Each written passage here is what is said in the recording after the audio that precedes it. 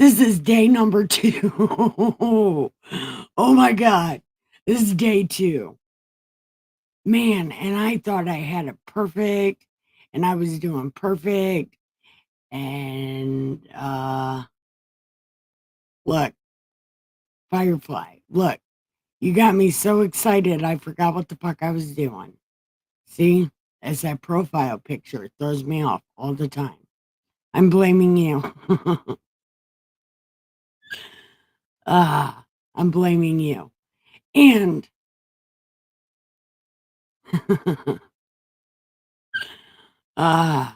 okay. So I'm going to tell you everything that I just told you that you have no idea what I just said. And I guess good thing I can cut this part out when I make this video tomorrow. But I was hoping to get it perfect because I just got it perfect with no sound. It was a good time. So anyway, welcome to my sage cave. Firefly, you know your seat right there with Jimmy Juggalo. You'll be safe. Don't worry. Yeah. Anyway, so come in and have a seat, and I'm going to tell you we are reading this great ass book. It's called God Said. Because God did not say that shit. Fight me. He did not say it. But luckily for us, we paused in the middle of the first book, which is aptly named God Said What, because it's about what God said. So anyway, we are on the second book about God the Third. It's called Jesus, Who, question mark. Because apparently people need to know God the Third. And it turns out God the Third is so fucking funny. He's tragic, but he's hilarious. Okay. Hey, cousin. Yeah.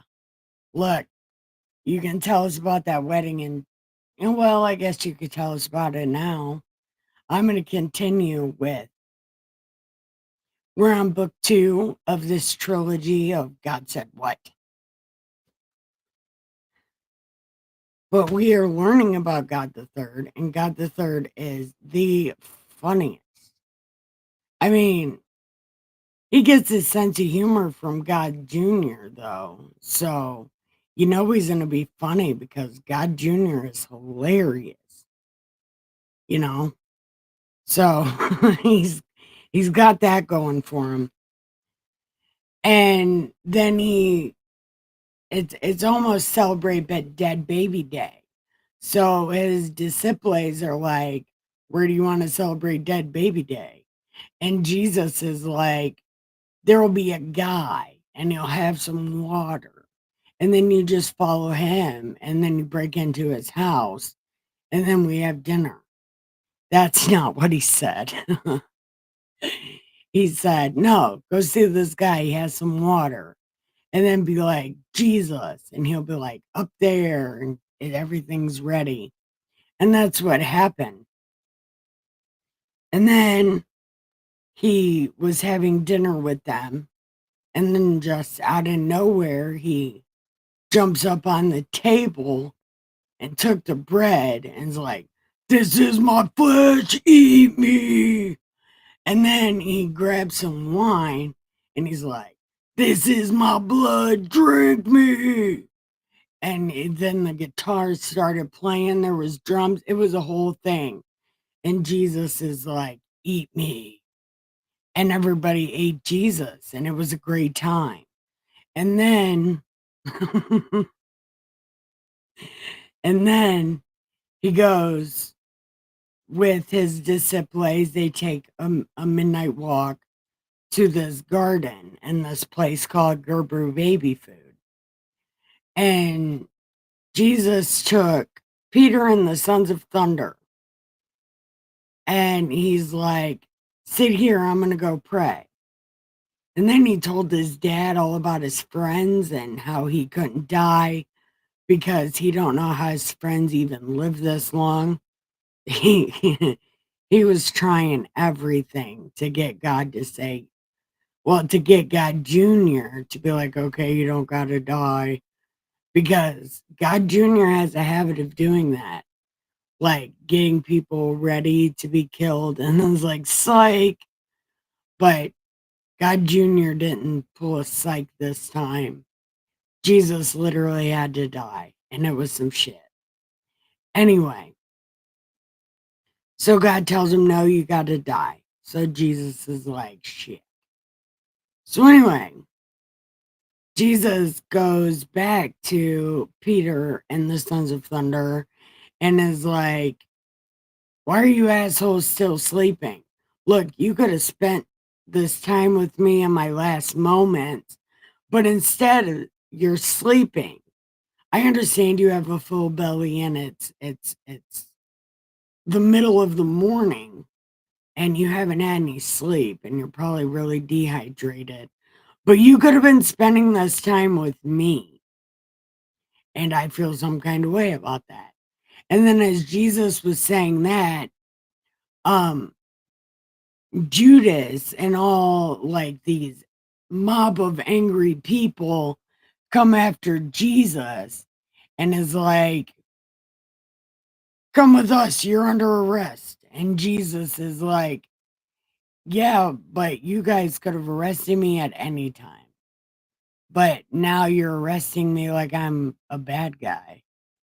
I know most of you, and I've healed a lot of you from your sexually transmitted diseases. So I wouldn't come acting a fool towards me, or I'll tell your wife everything. That's not what Jesus said. But wouldn't it be cool if he did, though? Break patient doctor confidentiality. Yeah, that's what they get. So then they arrest Jesus, right? And they arrest Jesus. No, something happened before that. Oh yeah, Peter and all them were talking about how they would die with Jesus, right? Yeah, we won't deny you. And then Jesus, busting the sides out of his outfit, tells Peter he's full of shit because he's going to deny Jesus 3 times. And I have a real hard time believing Peter's in heaven. I don't think Jesus would break his rules for a fool like that. Just saying. So then Jesus, trying not to bust the seams out of his shirt, is like, dude, you're gonna deny me 3 times before the sun's even up. So shut up. You're gaslighting me. I think that's what gaslight means. Peter, you're gaslighting Jesus, me, the Son of Man. Don't gaslight me. But I think Peter was gaslighting Jesus. Like, yeah, I'll die with you and stuff until I actually have to. And then it's going to be like, yeah, I don't know. I don't know him. That's not my purse. So, if the rest of this story sounds interesting to you, come this way. I have cannabis, cigarettes, coffee, chairs with your name on it, cat beds, and canine space. So bring your animals and come on, we have a good time. Yeah, because we're going to pick up at chapter 15. Yeah. Hey, listen, we're coming up on, we're, oh, we only get to sing one song. We're going to be done with this book like today. Oh, that's so exhilarating and sad at the same time because that means Jesus is about to die today. And I was not expecting that. I should have been expecting that, but I am definitely not expecting that. So I don't know. All right. So we're going to take a smoke break real quick. We're going to smoke this joint because then, man, it's not going to get any easier for me. As many times as I have read this, which right now is like time 3, because I hate this book. I mean, I'm just the second book in this trilogy, the Jesus Who book. I am not a big fan of the ending of that book. Well, this book that we're reading, the second book of the trilogy. Oh my God. I am not ready. Okay. Yes, I am. Firefly, are you ready? I wonder if Wheels. That too.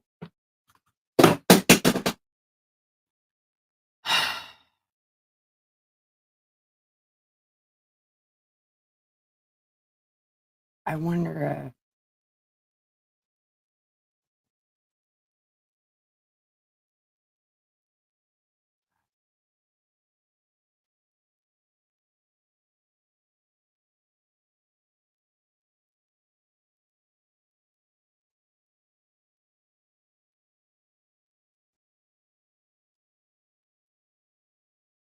Damn. I'm trying to see, but I can't really see.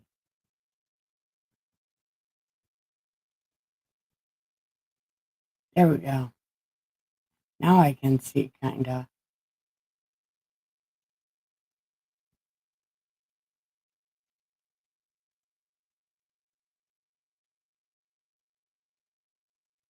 Well,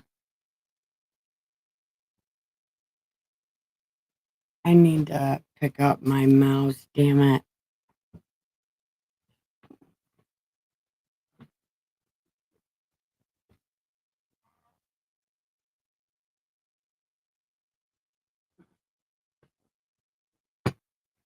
Something is happening.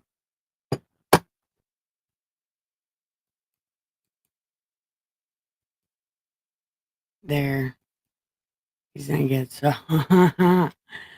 I'm just gonna um post the link to this live stream to Wheels and force him in.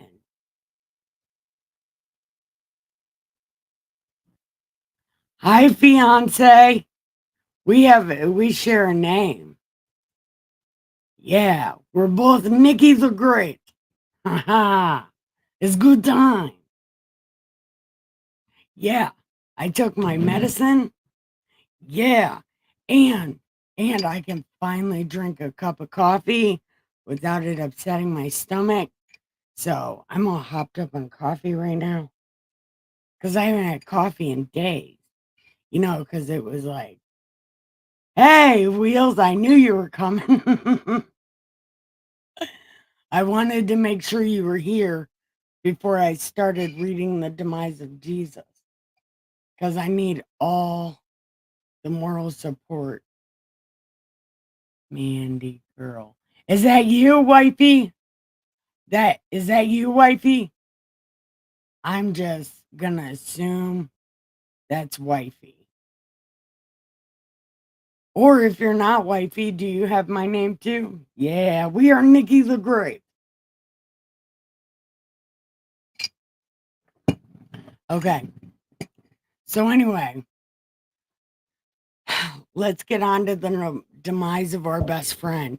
Look, that we are crime sleuths right now, reading the demise of Jesus. We're gonna put it together.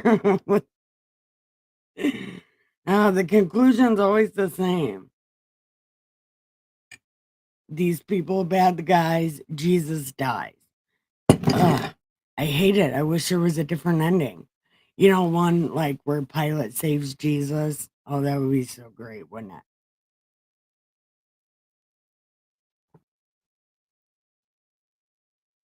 Oh, haha. You're Nicole the Great. Yeah. All right, let's get on to chapter 15 before I lose more viewers. It's good time. Okay. And early in the morning, the chief priests with the elders and the scribes and the whole council immediately held a consultation, binding Jesus. They led him away and delivered him to Pilate. And Pilate questioned him, "Are you king of das Juden?" And Jesus said, "You said it. They said it. Everybody's saying it. So it must be true." I mean, I don't know. I don't think I ever said it. I said son of man, but they're calling me son of God. I'm okay with that. Yeah, it's just like you said. Yeah, that's what happened. And the chief priests began hopping around like monkeys, throwing their bananas in the fans, and all the shit sprang back on them. I hate these fucking people. I hate these people. I'm sorry. I have a hard time. I know what's about to happen. I need to not hold a grudge for the whole story. So then it just won't make me mad. But okay. And chief priests began hopping around and throwing their poop everywhere. And Pilate was questioning him again, saying, "Really? There's no Yo Mama jokes? Nothing? Like, how about Yo Mama's got a peg leg with a birdhouse in it? I mean, anything like that. Your mama's so fat that she's got her own zip code. I mean, anything. Look, man, say something. Your mama lives in a 2-story Dorito bag. Say some kind of shit that don't make sense. I mean, something. You need to listen to more ICP. Then you could have some diss for days, you know? Something. And Jesus is like, plead the fifth, drink the fifth, you know? And Pilate was amazed. Now, at the feast, he used to release for them one prisoner who they requested. And there was a man named Barabbas. He had imprisoned with the insurrectionists who had committed the January 6th non-atrocities. I mean, that's not what that said. He had imprisoned with the insurrectionists who had committed the unsubscribing of people in the resurrection. No, insurrection. Shut up, Nikki. That does not say resurrect. We're not even there yet. Shut up. Okay. So he was doing this shit. Or no, he was being imprisoned with the guys that did the J6 insurrection, right? The one at the Capitol, right? So he was leading that and they locked him up, okay? And Pilate answered them, saying, "Do you want King of das Juden?" And he was aware that the chief priests had delivered him up because they was jealous. They wanted his bling bling. You know what I mean? But the chief priest stirred up the multitude like it was a BLM riot. And they wanted him to release the bad guy for them instead. Well, because they knew he was innocent, because they actually, these terrible ass God people, were the ones in charge of the insurrection or whatever. Was in charge of the insurrection. So they just wanted him set free so nobody had to realize it was them that were doing this all along. They were even selling bricks. Okay. That's how tight they were in this insurrection. They were selling the fucking bricks. And then, they knew they was gonna do this thing with Jesus, so they know they could get their loose end tied up better if he was free. So they picked him instead of Jesus. And Pilate knew that it's because they was mad. So Pilate let Jesus go and traded him in for this guy called the twin. And the end. That's not what fucking happened. Is not. And answering again, Pilate said, "Then what do I do with King of Dosuden?" And they shouted back, "Unsubscribe him from God's YouTube." But Pilate was saying to them, what did he do though? But these terrible ass God people kept being, "We want blood. We want to dance in the blood of Jesus. We want the blood." Yeah, come get the blood, son. That's the fuck I would say. Come get some, son. But nope, nobody told them to come get some. They were just allowed to dance in the blood of Jesus like it was fucking fun. I hate these people.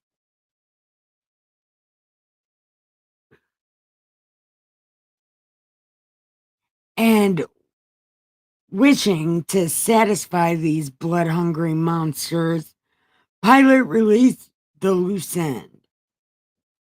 And after having Jesus scourged, and he delivered him to be unsubscribed from God's YouTube in the weirdest fucking way. And the soldiers took him away to the place that is the Praetorium.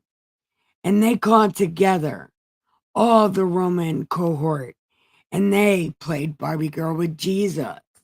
They said, "I'm a Barbie girl in a Barbie world. Wrapped in plastic. It's fantastic." And we love playing Barbie Girl with like a real person. It's like, it can be kind of stiff, but if you punch them enough, they're not so stiff anymore and it's easy to get the clothes on and off. But you gotta punch them a little bit first. I can't even take life. So, they were playing Barbie Girl with Jesus and weaving a crown of thorns. They put it on him and they began to acclaim him. "Hail, King of Dosuden!" At least you motherfuckers know. And they kept beating his head with a reed and spitting at him. Well, he did spit on the dude first, but maybe this is not retribution for spitting on people to make them see better. I don't know. But they were also kneeling and bowing before him. "Yeah, did you give him fellatio while you down there? You should have. Just lick his balls a little bit. He needs some happiness, man." Fucking hate these people. After they had mocked him, they took his clothes off him and began playing Barbie Girl again. And they led him out to crucify him. And they pressed on. And they pressed into service a passerby coming from the country. His name is Simon of Cyrene, the father of Alexander Rufus, to bear his cross. I don't know who Alexander and Rufus are. Whatever.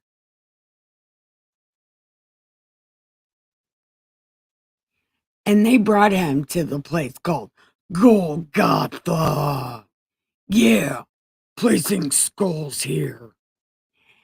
And they tried to give him wine mixed with myrrh, but he did not take it. Look, apparently, this myrrh mixed with wine, this shit is supposed to get you super smashed. In the Old Testament, later in the Old Testament, when we get to it in the Old Testament, there's a king that gets elephants drunk for like 10 days on wine and oh, it's not myrrh, it's wine and frankincense. They're like they got these elephants smashed. Anyway, apparently they're trying to get Jesus smashed while he's up on the cross. He can hallucinate, but he did not take it. And they unsubscribed him from God's YouTube and divided up his garments, casting lots for them. And it was the third hour when they crucified him. So, like 3 in the morning. And the inscription of the charge against him read, King of Dosuden. And they crucified 2 robbers with him, one on his right and one on his left. And the scripture was fulfilled that says, and he was numbered with transgressors. And those passing by were hurling abuse at him, wagging their heads and saying, You who were going to destroy the temple and build it in 3 days, save yourself. Come off that cross. They need the space. I hate these people. Look, it is a thing that is happening. And it's happening. Okay. In the same day, the chief priests also, along with the scribes, were mocking him themselves, saying, He saved others, but he cannot save himself. That is proof that they knew and they know exactly what they're doing. And they should be carrying Jesus' blood to this day. Nobody should like these people. Nobody should trust these people. They don't want anything good for their own people. They're willing to sacrifice their own people. For what? For greed and control and power. It's so powerful to levy other people because you decided you were special. And you didn't really kill God. You really literally didn't kill God. These people literally killed God. I'm going to put that out there. These people literally and purposely killed God. And then they say it right here. He saved others, but he can't save himself. They just know what they're doing. I hate these people. Okay. Let this Lucreste, the king of these vampires, now come down from the cross, so that we may see and believe. And those who were crucified with him were casting the same insults at him. And when the 6th hour had come, darkness fell over the whole land until the 9th hour. And in the 9th hour, Jesus cried out with a loud voice, Eloi, Eloi, lama sabachthani, which is translated, my God, thou hast forsaken me. He sings the whole System of a Down song right there, hanging from the cross. He sings the whole System of a Down song because why not? We're just saying System of a Down came up with that. I'm just so kidding.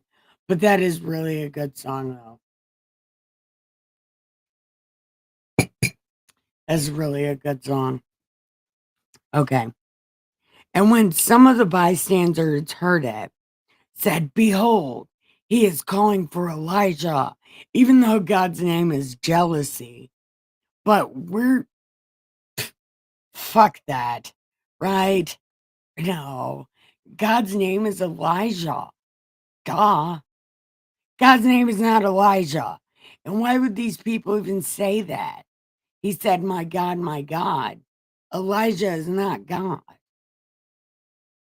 He's not even God Jr., nor God the Third.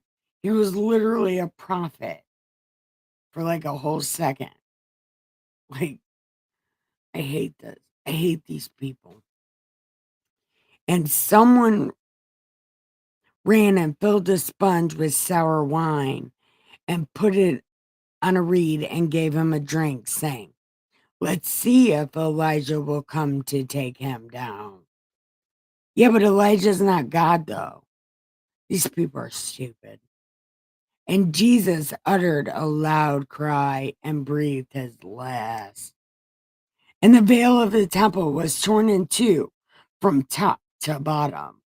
And when the centurion, who was standing right in front of him, saw the way he breathed his last breath and said, "Oh shit, we done fucked up." We done fucked up. Man, I don't even want to be a part of this. Let's hope he doesn't remember my name. Just forgive me now so you don't remember my name. Man, this is crazy. Okay. And there were also some women, looking on from a distance. Among them were Mary Magdalene, Mary, the mother of James, James the Less, Joseph, and Salome.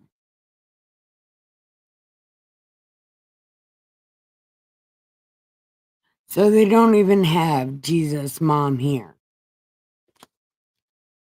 Now it's a different different Mary who has different sons. And when he was in Galilee, they used to follow and minister to him. And there were many other women who had come up with him to Jerusalem. And when evening had already come, because it was preparation day, that is the day before the Sabbath, Joseph of Arimathea came, a prominent member of the council, who himself was waiting for the KOG. And he gathered up courage and went before Pilate and asked for the body of Jesus. And Pilate wondered if he was dead by this time and summoned the centurion and questioned him about if Jesus was dead. And ascertaining from the centurion, he granted the body of Jesus to Joe.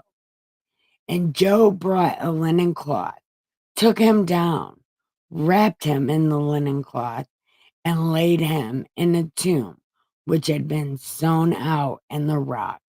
And he rolled a stone against the entrance of the tomb. And Mary Magdalene and Mary, the mother of Joseph, were looking on to see where he was laid. Dun, dun, dun. So,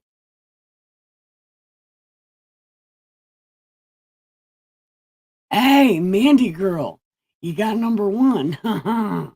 Now, who does number two work for? anyway, anyway, what do you guys think about this? Because now we're getting to the best part, the least affecting part. Actually, this shit is so funny though, and I can't believe they condensed all the funniness into literally one chapter. Man.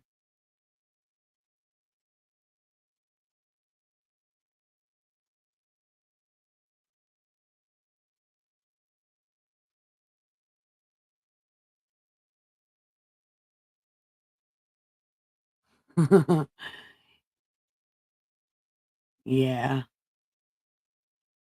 Number two works for number six. Ha ha. Let's watch out for number six. Dude, wouldn't it be amazing one day if I could get like 6 crowns? Like, a chat where people like there's 6 crowns? That would be so awesome. So now I'm gonna go back and chat and read what you guys said, okay? Because I don't know. Oh yeah, Ricky, how was that wedding?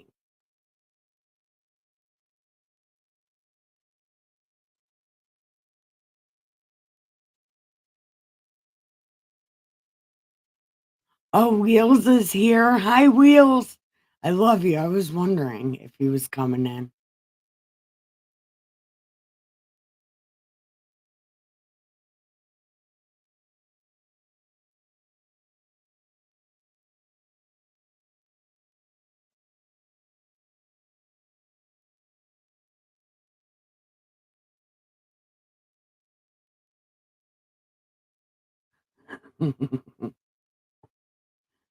Yeah, the priests they were jumping up and down, like making the monkey sounds, flinging their poo at the fan. It was like a whole thing, man. They were so bloodthirsty and excited. They were like gorillas.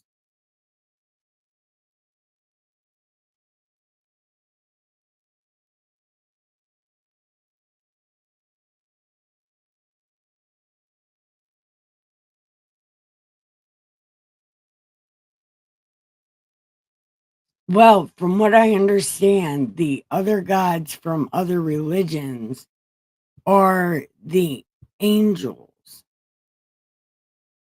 They are legitimate beings, but they're not gods. They're just angels that don't like God or something like that.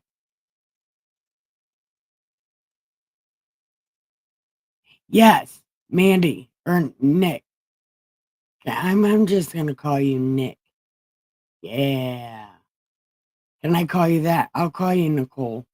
But I'm telling you what, when people call me Nicole, I get so aggravated. I'm like, that's not my name.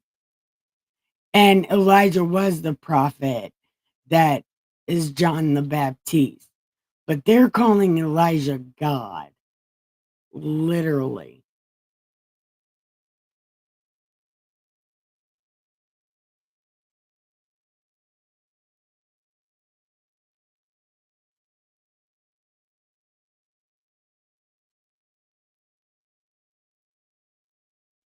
Oh, man, I must have missed that conversation because I'm jumping into it. You got videos and photos of what? Oh, of the wedding and eating salad with French fried onions. I bet that's pretty good. Those French onions are not that bad if you get them right. But we're about to go on to Naked Zombie Jesus.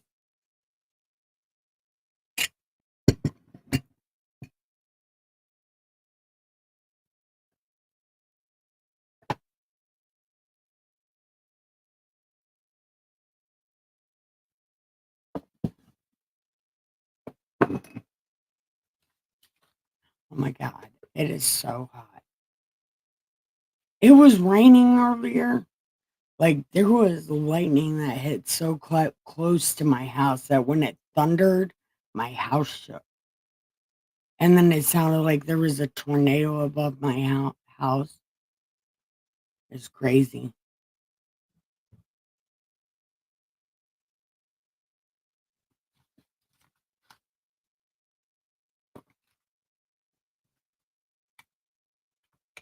If I get married, I want to get married and like,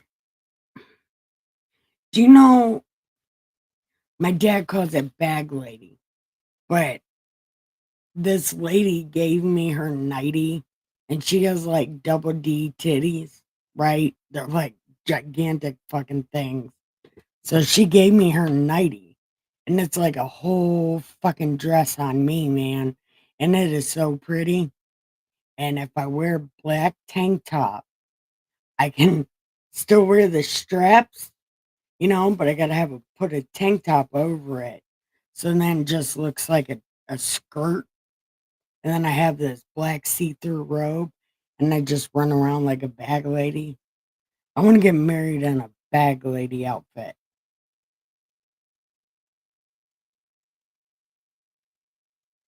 Hey, hey, look, uh, girl, mass. Just so you know, I shit on Catholics and I also shit on Mormons. It's not like individual Catholics or whatever, just on the whole Catholics worship Satan thing, you know. So do not get offended by that because, well, the Catholics in charge are terrible people. So when I shit on Catholics, do not get offended.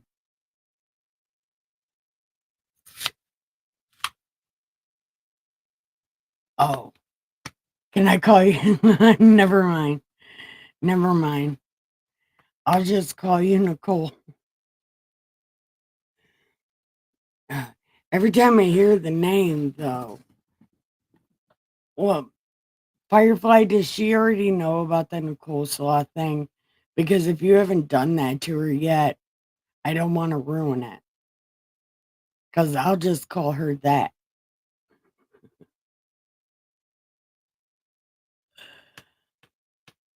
I so bad want to be able to call somebody else that. But if Firefly hasn't done that to you yet, she probably has no idea what the fuck I'm talking about. So I'm going to wait for her to answer before I do it. Because, oh, well, I'm going to do it.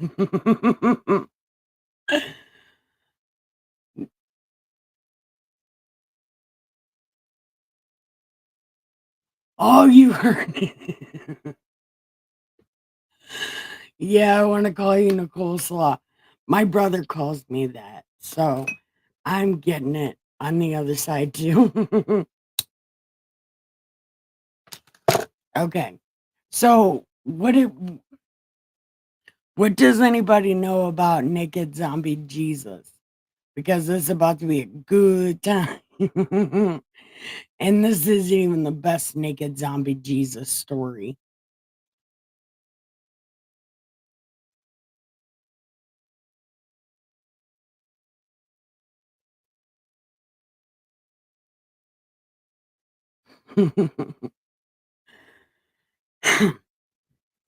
So this isn't even the best version of the Naked Zombie Jesus. It's not even the best version. Because they're, man, I'm telling you. So I think it's John or Luke, or maybe John and Luke have the most in-depth um stories about naked Jesus.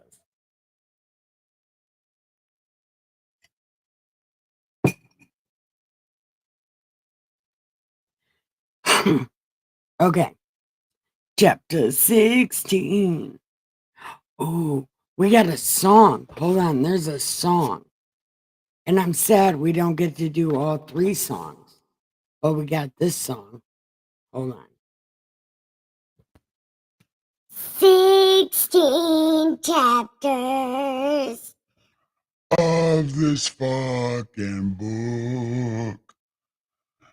There's not more chapters of this fucking book.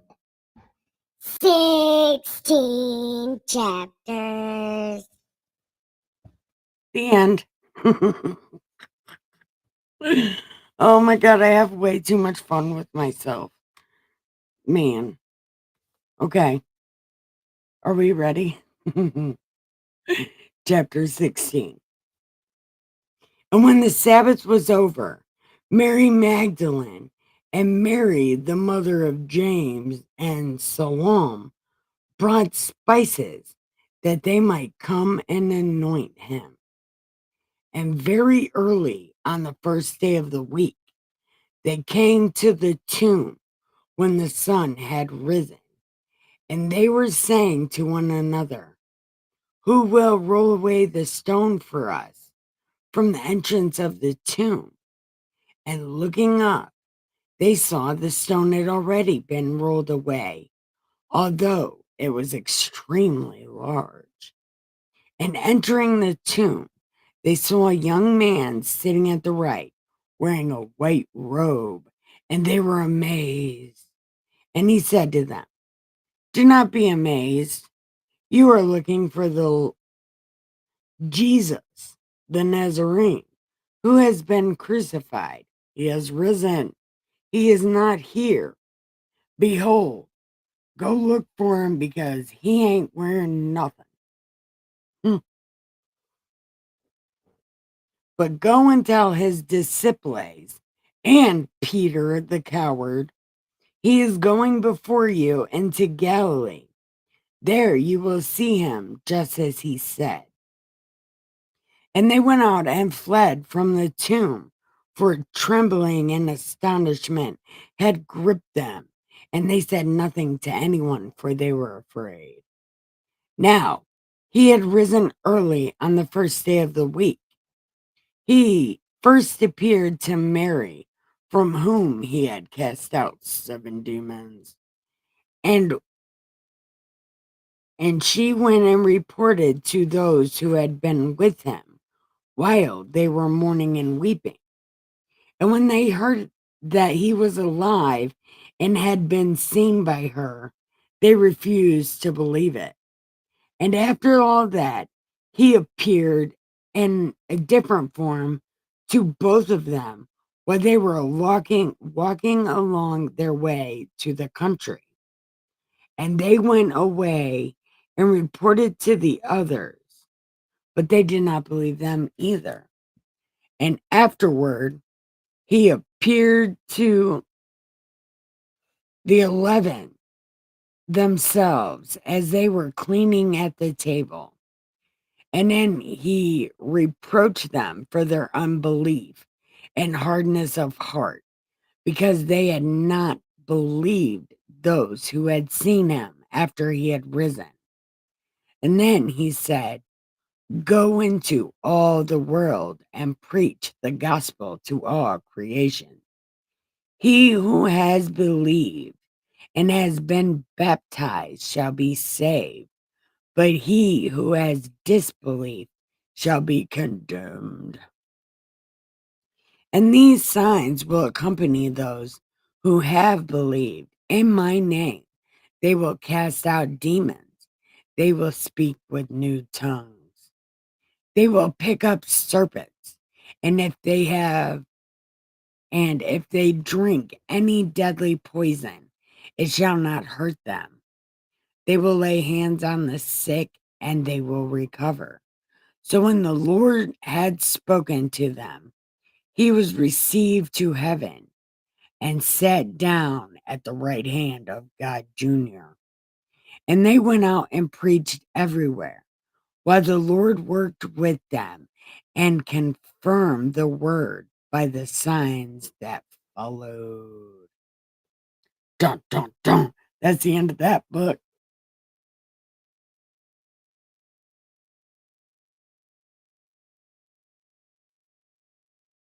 Yeah.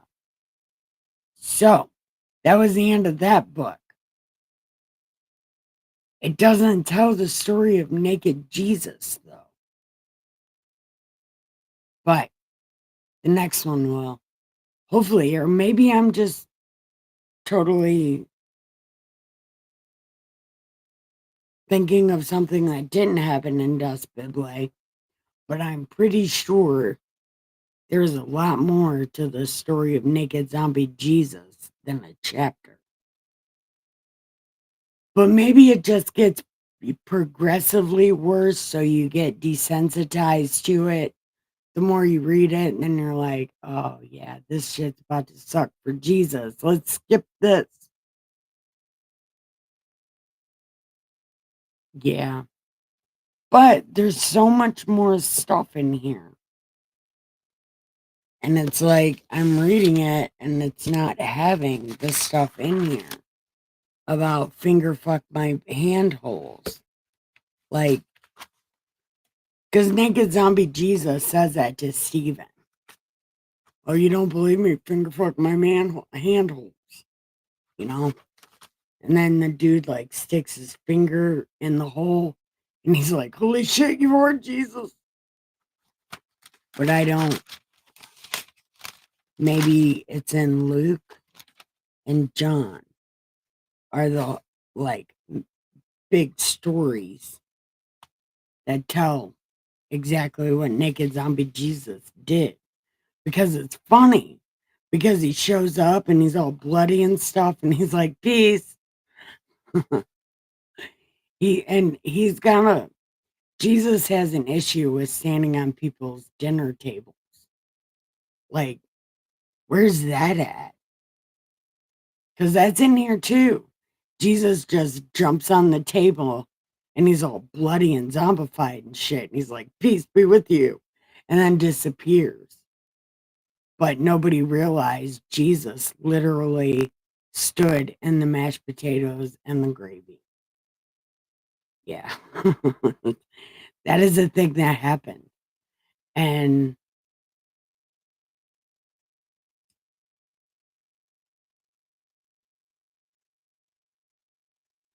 well, well, after this time of going through the Old Testament, I was going to read the Anume Elish because I have that. And it's one giant run on sentence. It's crazy. I don't know if it says anything. I never read it.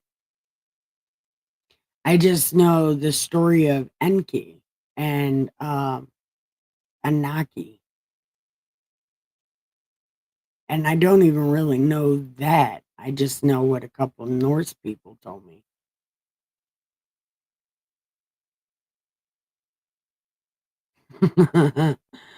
I have no idea where the bunny and the egg thing came from. And actual resurrection day is April 20th. Yeah, because that's 3 days after Jesus died on Celebrate Dead Baby Day. Yep.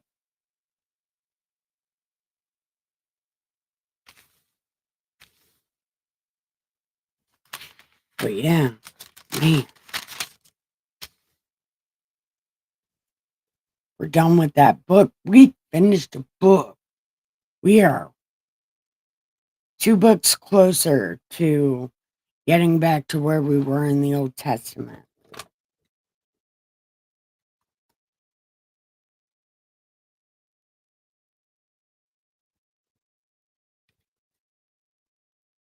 Is a Stara a bunny rabbit?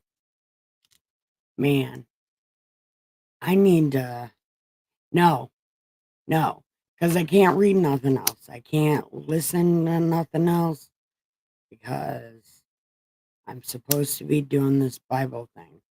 But I think after this next go through, I'm moving on to a different book. Fucking 5 years later.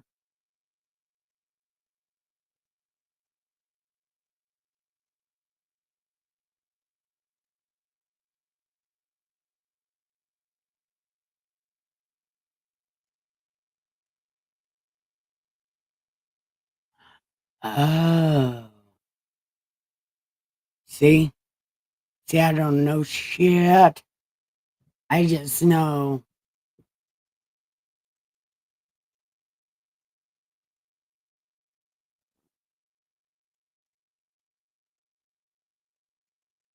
man. You know what though? Jesus was resurrected on the perfect day. Do you think Jesus knew, hey, 420 is going to be the weed day? I'm going to die on that. I'm going to raise myself on that day. I want to get smashed. But I bet Jesus wasn't even thinking about 420. But I'm willing, I don't know. I would like to think that Resurrection Day wasn't a floating day. It just, you know what? Easter's on the 12th. So Jesus resurrected on the 12th. But next year it's going to be the 15th. And the year after that, it'll be, I don't know, it'll be the 11th. No. Jesus only rose on one day and it was April 20th. And that should be Resurrection Day.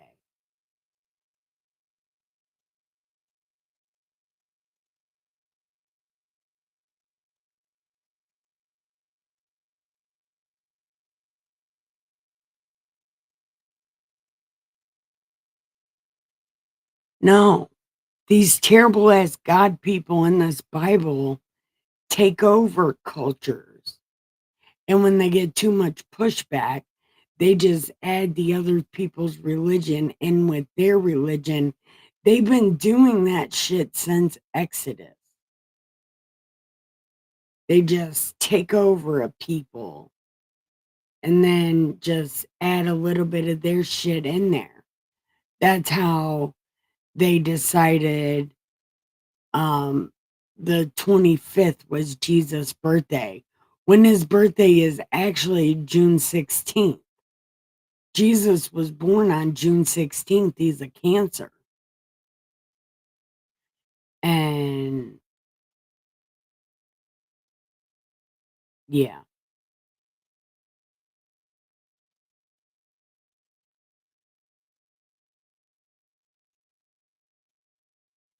And in Genesis, God is a male and there's also a female God. But the more we get into Exodus, the more God becomes singular. There's no longer a we or a us. It's I, the Lord God. God said, the Lord said. I don't know what happens to the Lady God.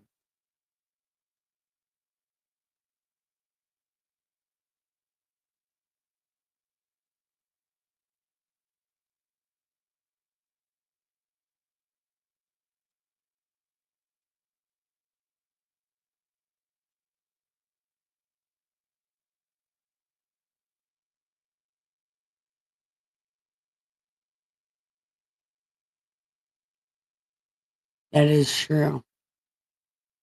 Because anyone had God Jr. or God the Third. It's God Senior, God Junior, and God the Third. Yeah, there should have been a wifey God in there. She just stays to herself, though. It doesn't seem like she fucks around too much. She's just doing Lady God things.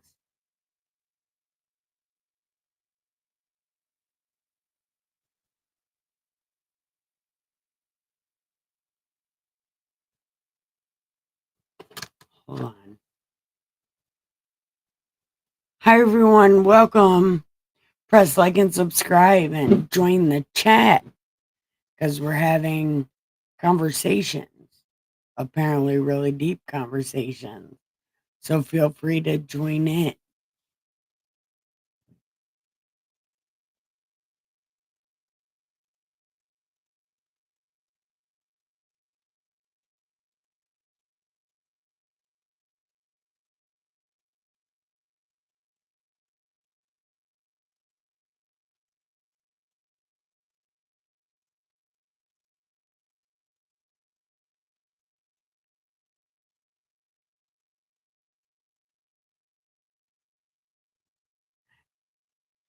It's- 'Cause.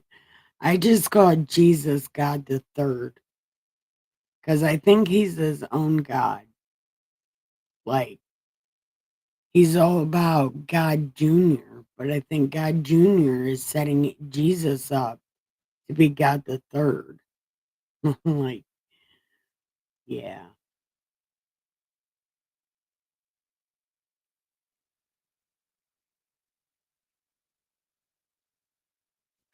I know in India they have lady goddesses, lady gods. So I think maybe she's off um on a different mission, you know, doing the lady god thing for the other countries.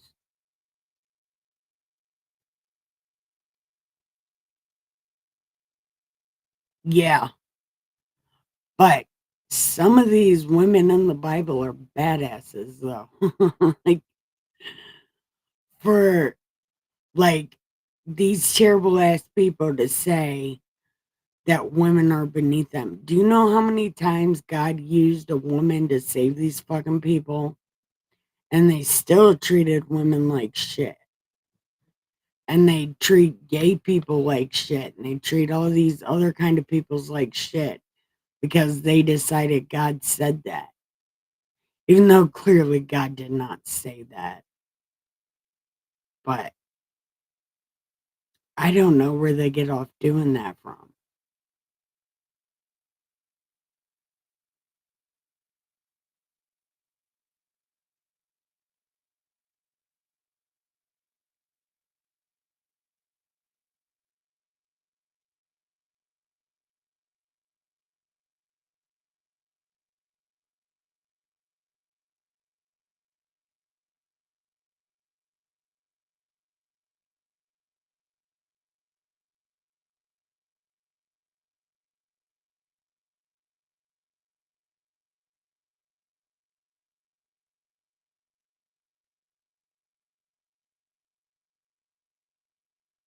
Yeah. And God Jr. God Jr. proves a point with women all the time because there was women prophetesses, women judges, like women landowners, women heads of tribes, like,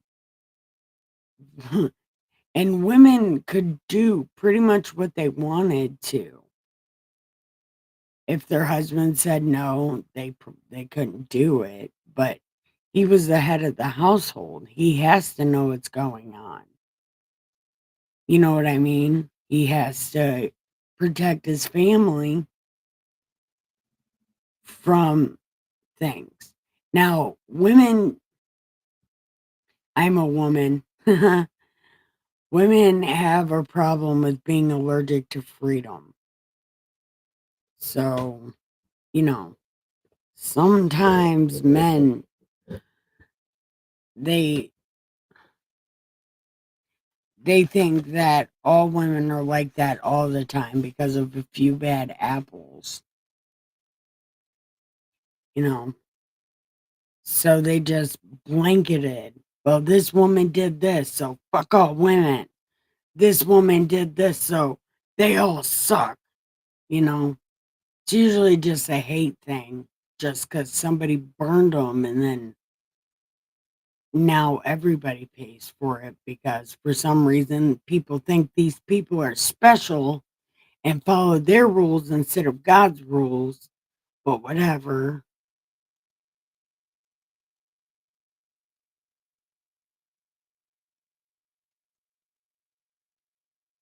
Yeah, but the whole point of that was there's really no reason to hate women.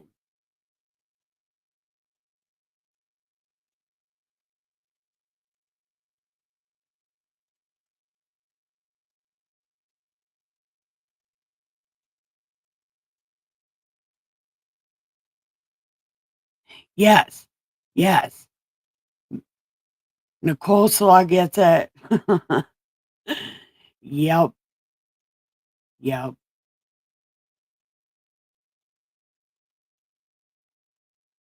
She does. She gets it. Those are the exact women. Yep. And God saves these people with women all the time. And they're women rulers and elders. There's women Levites, and there's a lot of people that are like, women aren't Levites. It's like, so you're calling all the Levites gay? Because there's definitely women Levites. And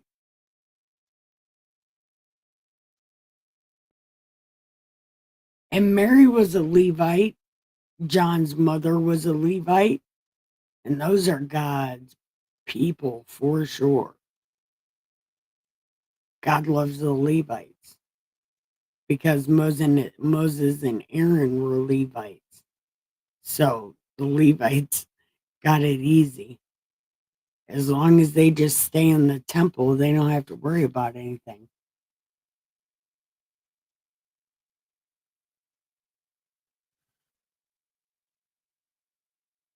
No, there is a very big difference between a male and a female, especially in Das Bible times, because women were the teachers, they were the caretakers, they were the therapists, they were all these things, and they taught religion.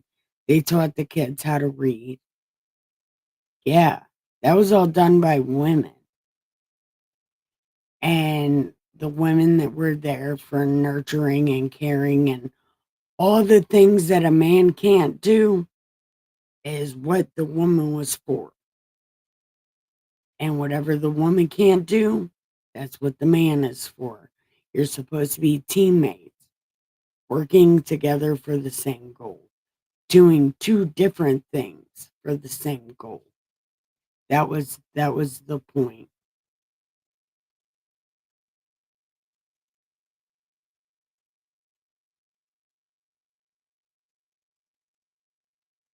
Yes, yes, wheels. And that's what God didn't say any of that shit. Again, my Bible's called God Said What? Because God did not say that.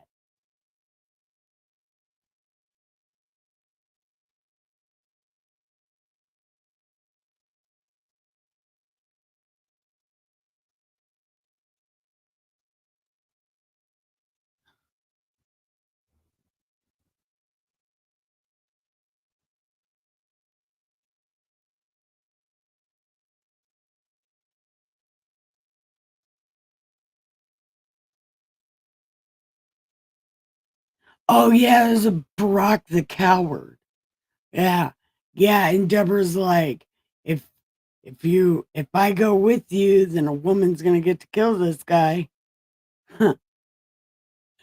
Yeah. And she hammered his head into the ground. Yeah. He's like, can I have some water? And she's like, here's a cup of milk. It's really hot and we're in the desert. Just don't throw up on my bed. So he drinks his milk and lays down. And then she put a tent peg in his ear and then smashed it and then nailed his head to the ground.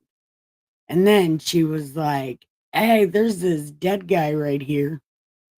And then Barack the coward ran away like a biatch.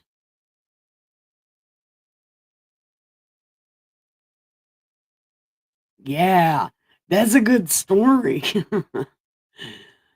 because you get to say Barack the coward and not be on a list.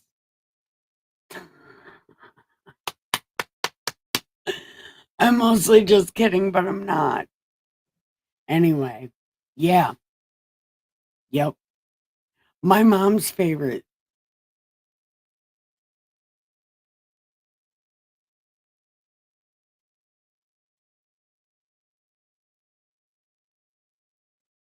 Are you trolling me, Ricky?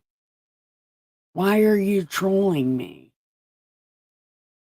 I thought we were cousins. Because there is a big difference between men and women. Women do the things the man can't do, and the man does things that the woman can't do. That's not a psychopath answer. What are you talking about? Look, but that story, the whole Deborah story, she warned Barack. She said, if I go with you, then a woman's gonna take your fame. And he's like, I'm not going unless you go because I'm Barack the coward. And she's like, well, have it your way. I'm like, Burger King, baby. Have it your way. Okay, then I just might be. Oh, yeah, no, she nailed his head. She grabbed a tent peg and a mallet and smashed his head into the ground. Yeah. And she was a Kenite. And I'm not even sure what a fucking Kenite is. But apparently, this dude was related to Moses, or he was Moses' father in law, like one of the many. I swear this guy was like Secret Service or something. But anyway, the woman that killed the commander was related to Moses somehow. But then he had just given up on his tribe and moved to the middle of the desert. Yeah. No, nobody's in a delete. Nobody's in a delete. And look, that was a really good story. And Judith, did you put Judith? That was a great love story. It's really gross that it was her.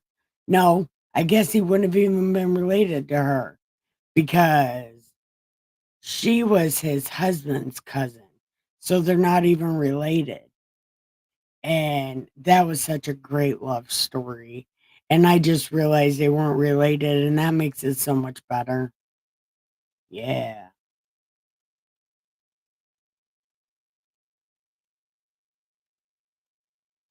Oh, okay. Now I understand what you were saying. Okay. Now I get it. Now I get it. Chat slows. I don't know how to turn it on fast mode. So they come faster.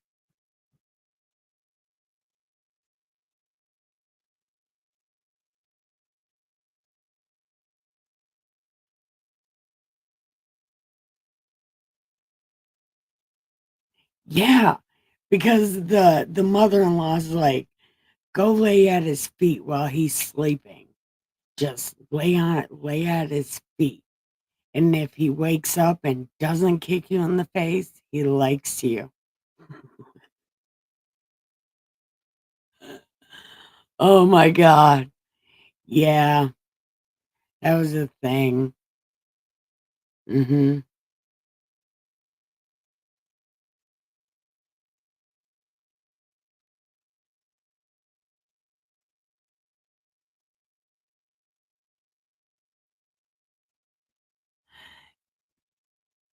Is it Ruth?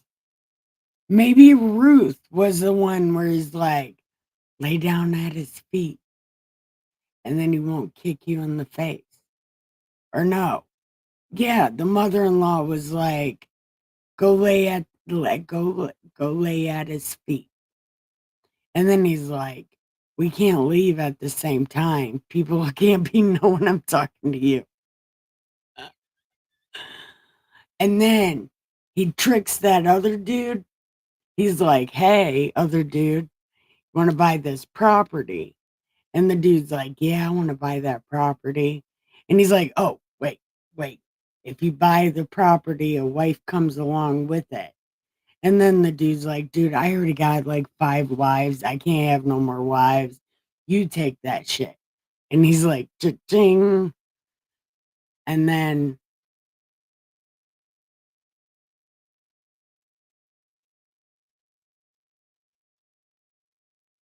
no, we can't do politics right now. We're talking about, well, these girls. No, we can't do politics right now.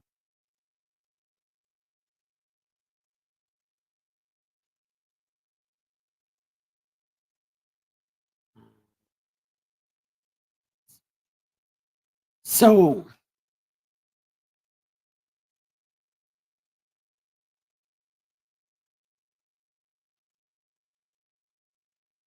yep, yep. Look, and I told that to my mother-in-law too. I said, listen,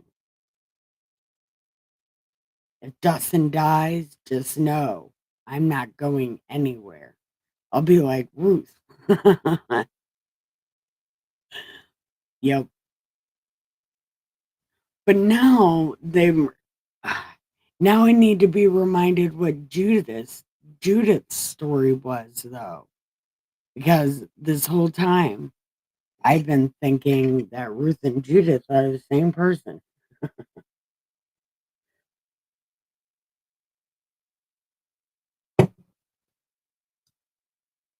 Oh, Judith is the one later, ain't it? Where she kills the Nebuchadnezzar army guy.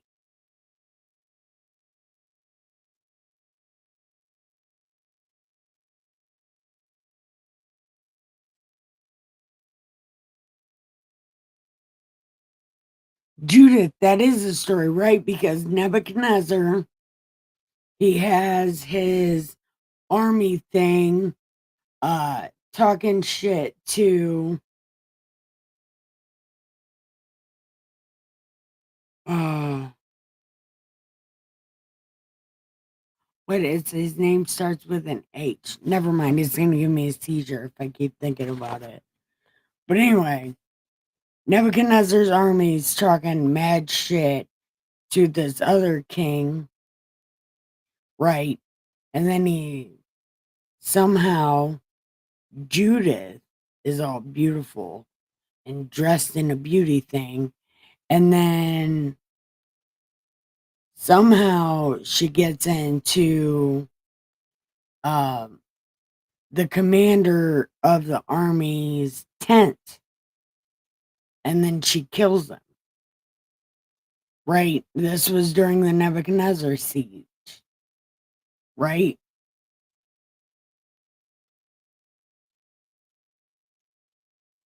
Wait, Nicole Slaw, where'd you go?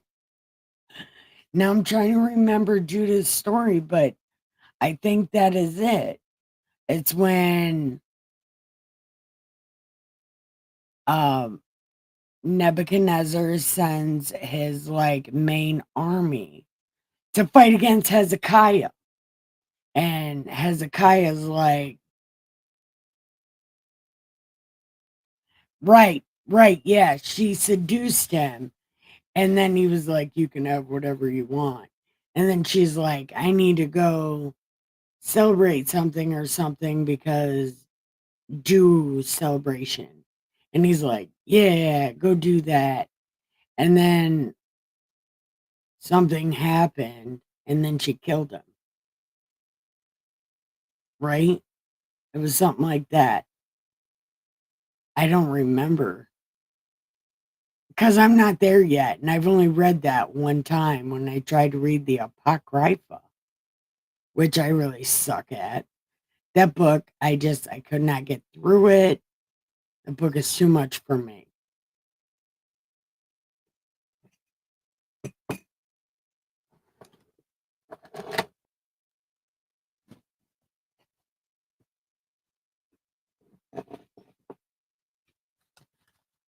All right. So who's the other ones?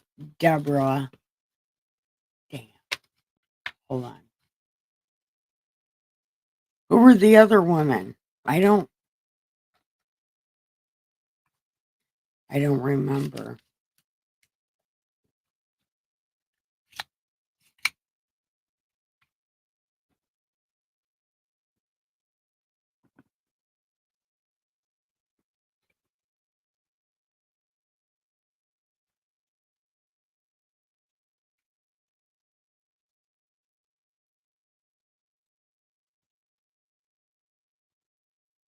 Um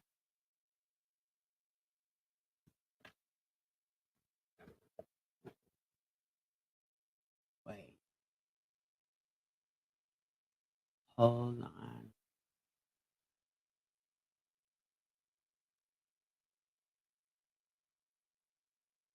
Hold on. Deborah, was it? Phoebe.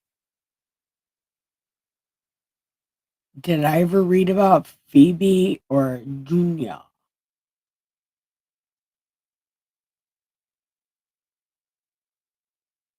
Who is Phoebe and Junior?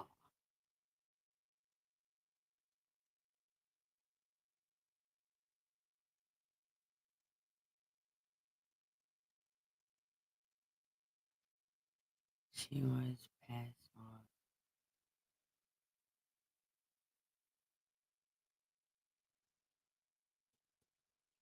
off. Man,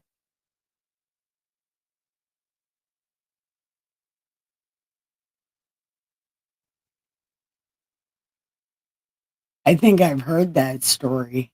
I didn't know that was her name, though.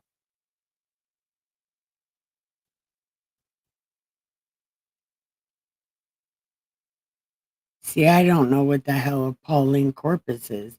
Is that the Apocrypha?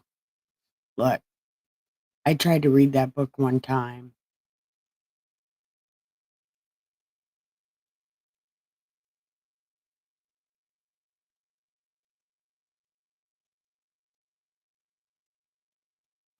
Oh, yeah. Look, Sarah. Sarah was ride or die. Man, she she went through so much shit. And then she had to call Abe her brother.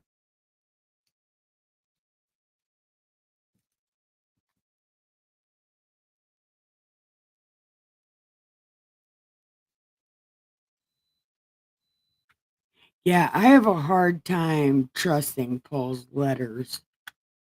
Um,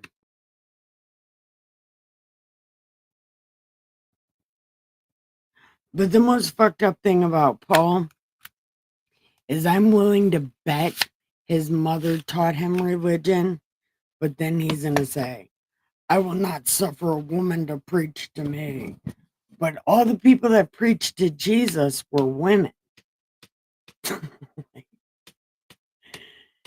Jesus loved women, man. And maybe not even like the homo way, like I love you, no homo. It's kind of that kind of thing. Jesus loved when women preached to him because he knew that the understanding was getting out there. Because these women will teach it to other women and other children, and women are the ones who do all the gossiping. Women will tell your story.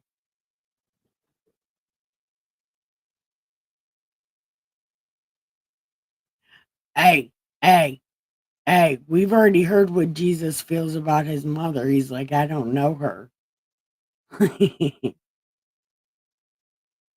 Yeah.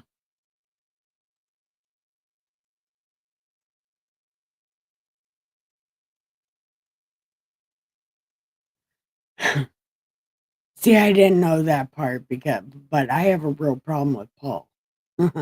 Almost as big of a problem with Paul as I have with Peter.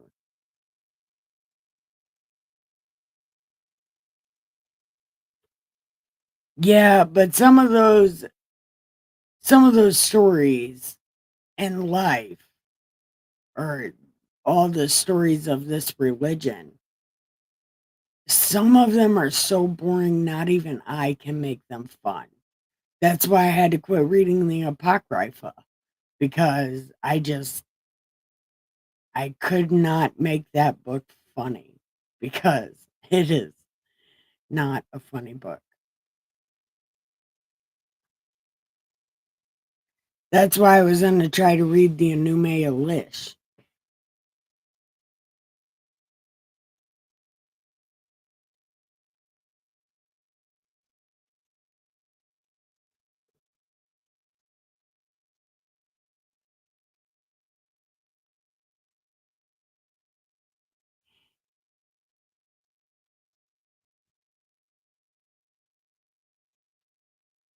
Are those not Are those the books that weren't written by Paul? See, I have a problem with book 3 of God Said What. Because it is anti-Jesus. The New Testament is anti-Jesus. We're reading the story of Jesus. We know what Jesus is about to say.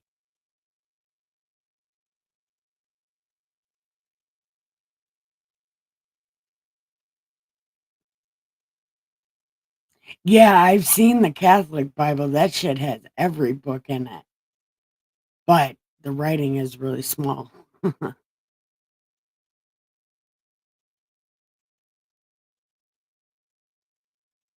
Well, I don't know who they were written by, but they're definitely anti-Jesus. But I'll explain that. Well, hopefully you're here when we read all of it, so you'll know where I'm coming from. But again, don't shit on me too bad, and I won't shit on this book too bad. No, I'm just kidding. I'll take diarrhea all over this Bible. It makes me so mad.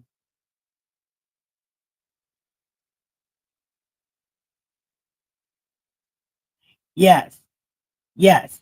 And he says, I won't suffer a woman to preach to me, except for your mother who taught you everything you know about religion. But okay.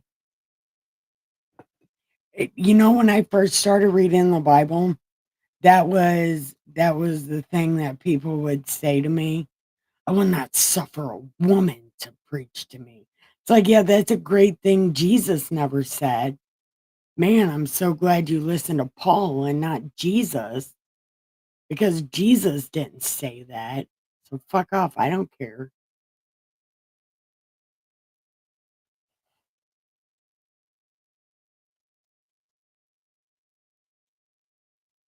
Yeah.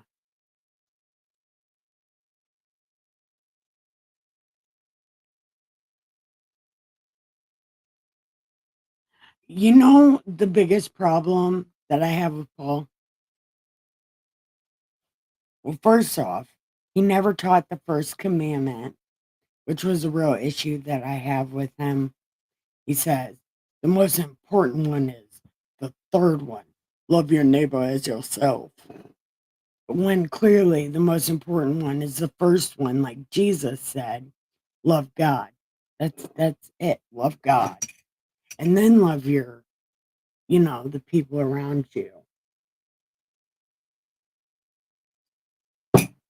And then in all Paul's letters, it's like, don't fornicate, don't fornicate, don't fornicate. And you know damn well that's all he's doing is fornicating, because that's the only thing on his mind. It's like, don't fornicate, because that's exactly what I'm doing while I'm telling you not to.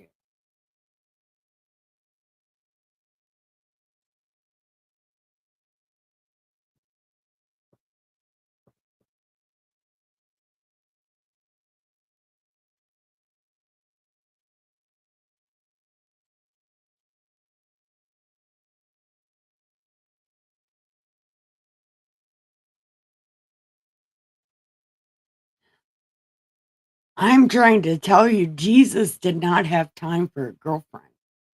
We're going on this tour with him. When does he have time for a girlfriend? He doesn't. He met a girl literally like a week before he died. Jesus did not have time for a girlfriend.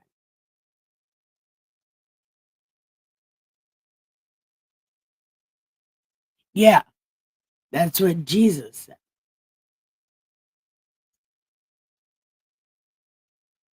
I think Paul, when he was asked, he said, love your neighbors as yourself. This is the greatest of all.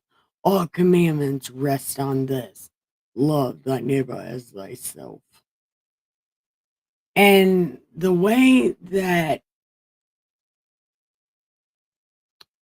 you Jesus already said, be careful of people that talk too much or write too much or say too much or write everything and this and that. Don't pay attention to all that shit because it's bullshit. And like Paul's writing these letters like 15 fucking pages long. And it's like, yeah, you were what Jesus was warning against. Be careful of people that write too much and talk too much and do too much. We haven't got there yet. Which should come up shortly because I've I don't know. It's like the Bible is different every time I fucking read it. It's like the words rearrange themselves or something. Because it's like shit that I know is in here is not in here. Like Jesus mic dropping his brother on a mountain. I know that happened. Where the fuck is it? And naked zombie Jesus, the finger fuck my hand holes. I know that's in there. Where's it at? This book changes every time. Every time it's different. And it's like, no, this didn't say this last time, but it's like, yes, the fuck it did. I'm just not reading what I know is in here. And it's like, where's it at? So hopefully these last two books, I have what I remember being in there. Because it was the funniest shit to me then. And if I could find it now, it would be the funniest shit to me now. But even the Old Testament changes too. It's really different. From the first time I read this book to right now, it's like a totally different book. It's like everything I know about it is different than what I'm reading right now. And it's like, why did this change?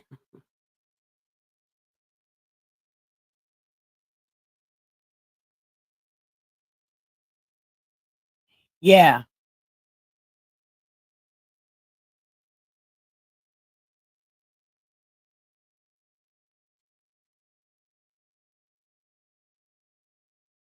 Yeah.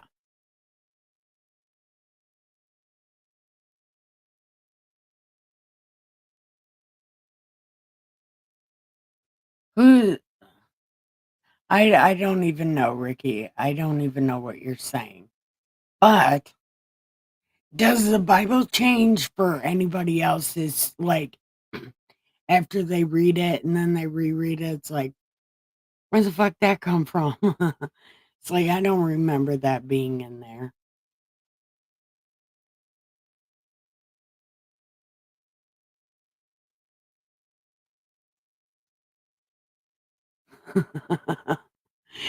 Yeah. See, I knew it was in there somewhere because like finger fuck my hand holes. And he's like, and Stephen doesn't even believe it. He's like, no, I'll believe it when I see the holes in his hands. Jesus shows up as a bloody zombie on the top of the table and is like, peace. It's so cute. And he winks his eye. He's like, like one of those anime girls. Only he was a bloody zombie standing in some mashed potatoes.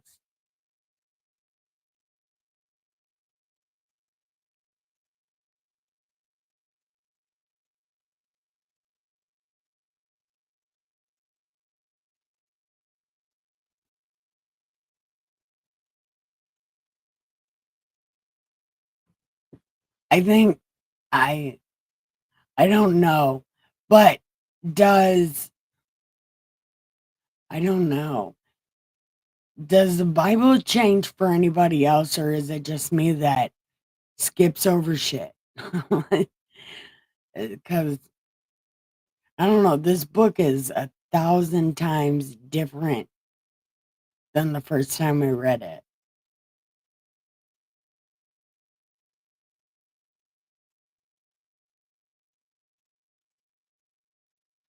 Oh, yeah. Okay.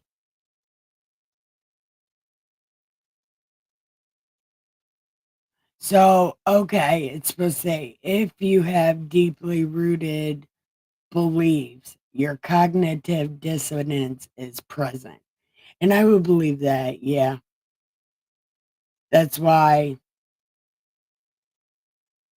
I try to stay away from other religions and things like that because, well, actually, there's only one religion I stay away from because they are so insecure, they don't know how to joke. Yes,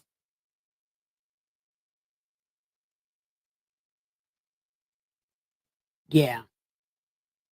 I've noticed that too. Like, I tried to read a different Bible. I tried to read a different Bible. And as I was reading it, I'm like, that's not what happened. And then I go over here to the original Bible and it says the same exact fucking thing. I'm like, that's not what happened. Yeah, it's hard. That's why I have to just stick to the Mormon lady's Bible because I know that one. I know what the words are in this one.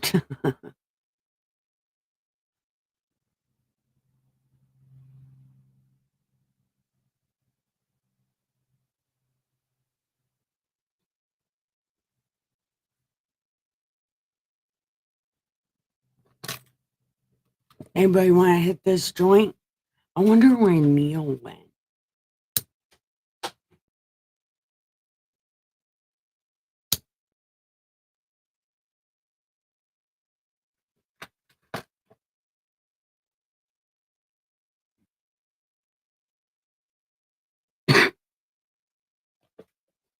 I have the, hold on, I'll tell you what it's called. The International Study Bible.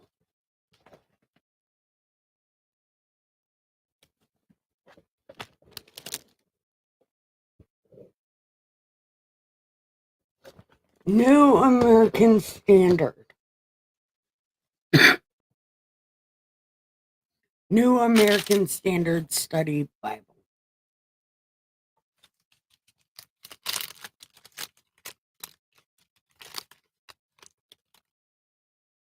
Well,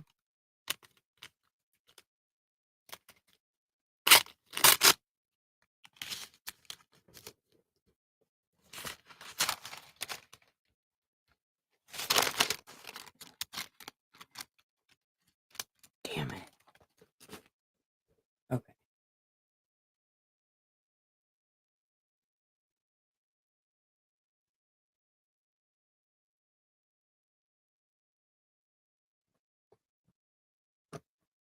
The NIV. Is that the New International Version or something like that? It's called something.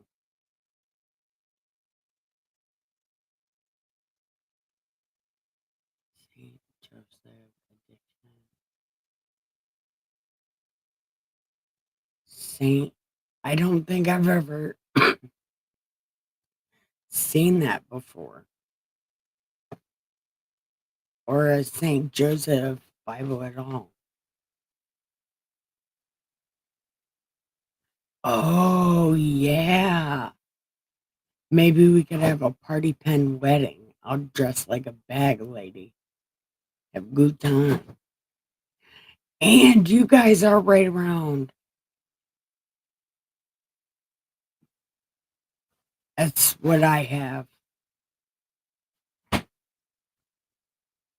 Hey, Nicole's Law.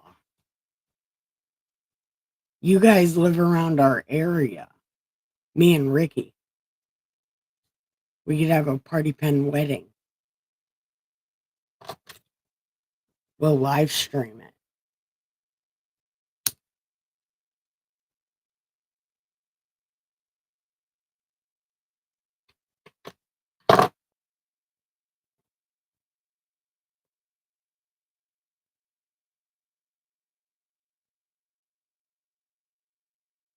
And I got a giant ass backyard. Yeah, we could set my backyard up real nice. Raccoons will show up and you can feed them by hand. Yeah, and there's even some groundhogs.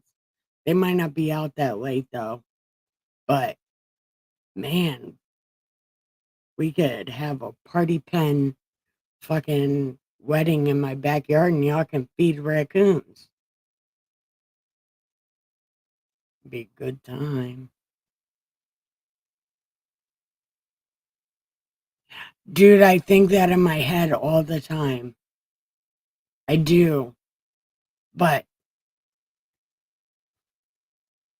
no, I don't know. I gotta figure out. I gotta get a new wig. That's what I gotta do.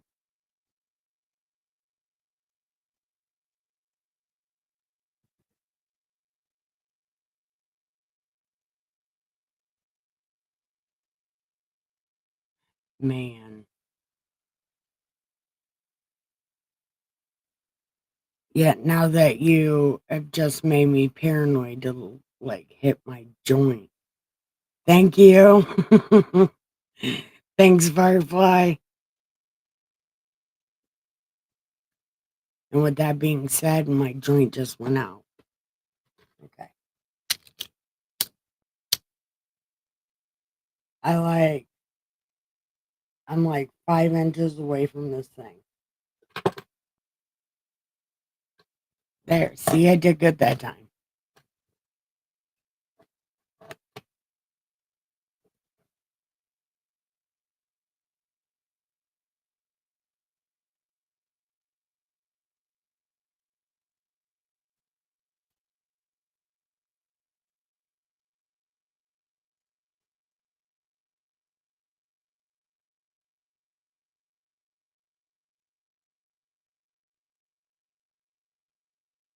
Yeah.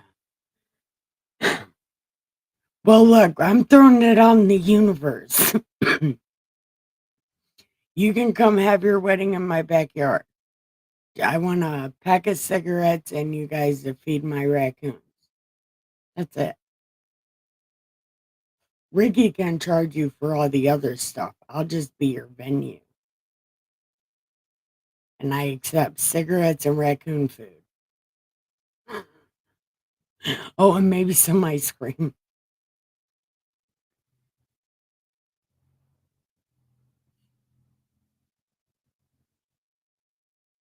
No, but I bet you guys want want a better venue than my ghetto ass backyard. But it's really good backyard though. You got a good scenic view of the steel mill. Like you can see, well, you'll be able to hear the trains running through the backyard as you guys are getting married. It is a great thing. There'll be a train horn, you know. It'll be so fun. Very ambiotic.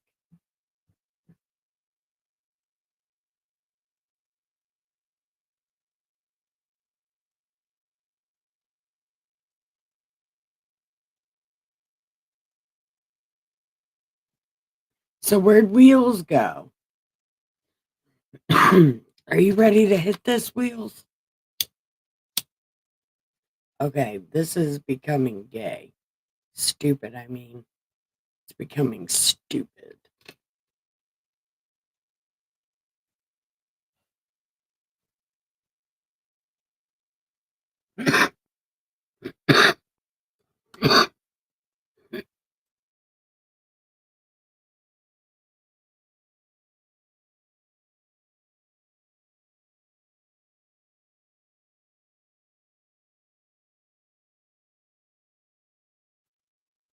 That's why you got to take some time for yourself.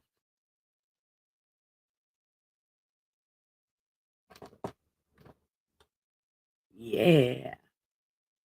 All right. So,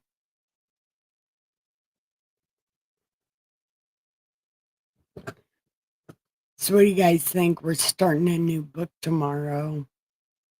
We're starting a book called Luke. And he was a doctor. And I'm not exactly sure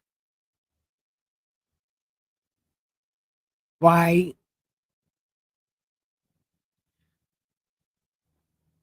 a doctor is writing somebody else's story about a guy that he never even knew. That's why I think like the story of Jesus, these little books of him are news articles. Like it's it sound like it sounds like a narrative from like a book or um I don't know. It's just like he says one of the books says anyway, I'm writing this for one of the head guys in charge for some fucking kind of reason. But anyways, it sounds like a journalist is writing this to an editor who's gonna edit it and set it out in a newspaper or something like that. Because it's not really written like this dude Matthew decided to write down everything. No, he's narrating it to someone who's writing it down to give it to someone else to put it out in the universe, right? So it's like the story of Jesus just sounds like different news articles. And there's a whole lot of them. So I'm sure this news article shit went on for a fucking year. That editor didn't have to do any work at all.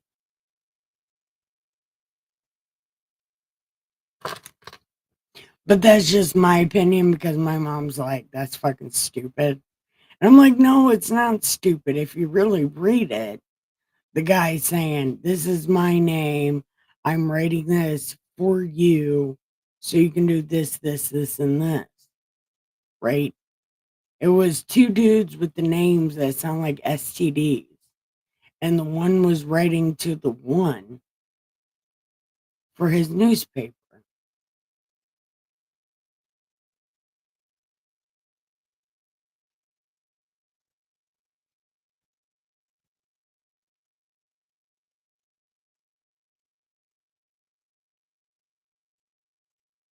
Yes.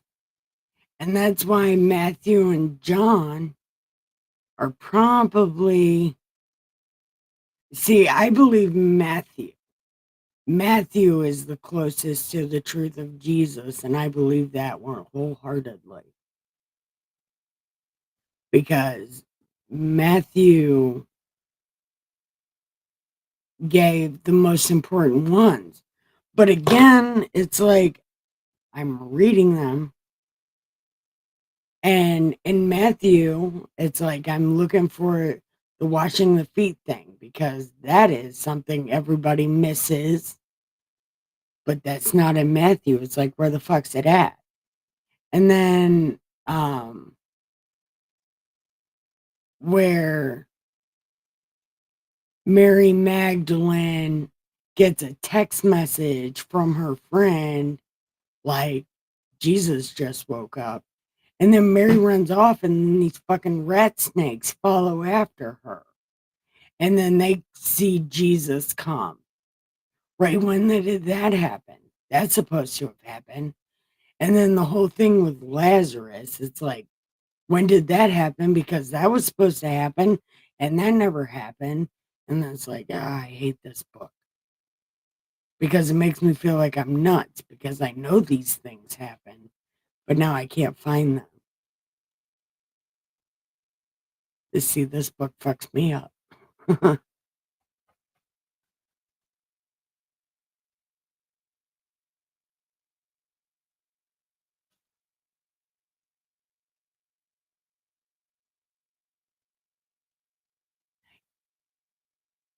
That's right.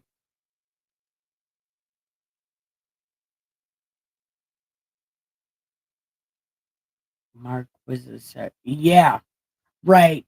Mark was a disciple of Peter. It's like, Peter, get the fuck out of here. Like, you're going to heaven, you're a fucking coward. Get out. You don't have disciples. Who the fuck do you think you are? See, I got a real problem because I dislike Peter. And I am willing to bet Peter is not in heaven because God didn't change it, or God the Third didn't change his rules because he felt some way about this guy. No, if you deny Jesus, he denies you. Does that go for Peter also? Some Christians say, no, Jesus wouldn't say that about Peter. It's like, no, Jesus said it about everybody, and I think that includes Peter. And Peter knew the rules. Peter knew, and he chose to break them. So, you know.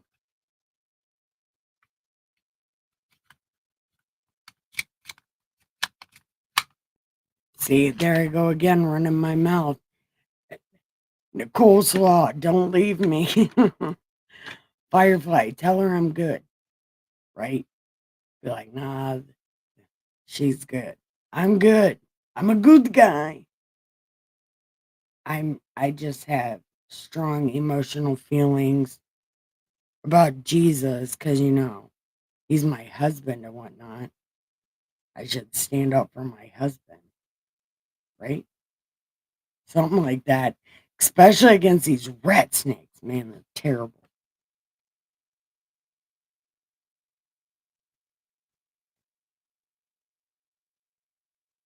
Oh shit, she done left me. Don't leave.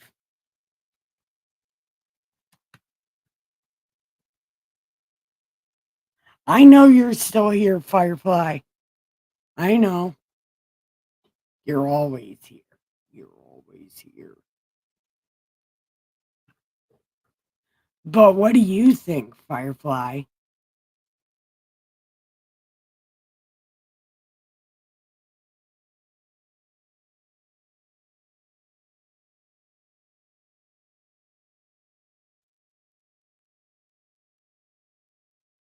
I'm eating oranges. Hey, oranges are good sometimes.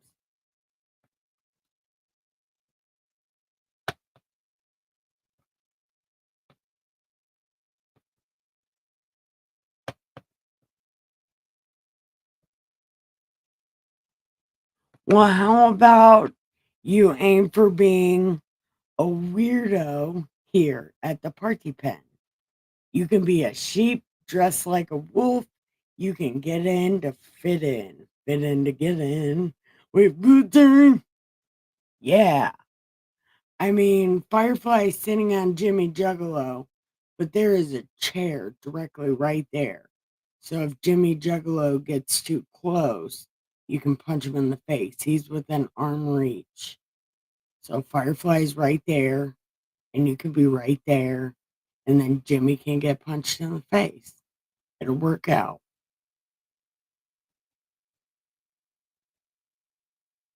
See? Nicole saw we saved you a seat. And you can protect your girlfriend from Russian hands and Roman fingers Jimmy Juggalo back there. Have a good time. Actually, if you could avoid bruising his beautiful face, like punch him in the arm and kick him in the leg, but don't ruin his pretty face. His face is literally a couple shirts balled up and then stuffed into a pillowcase and then tied off. And then he's got green marker eyes and giant lips. Dude. But Dustin made me take his legs off because his leg was a pair of Dustin's jeans stuffed with a bunch of hoodies. And Dustin's like, why? I said, because Jimmy needs legs. Yeah, Jimmy don't have legs anymore.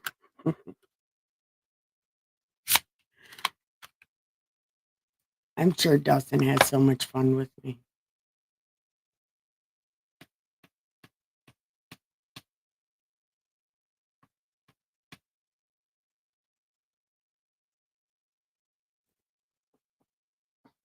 Oh shit. It's already 12:30. Holy crap.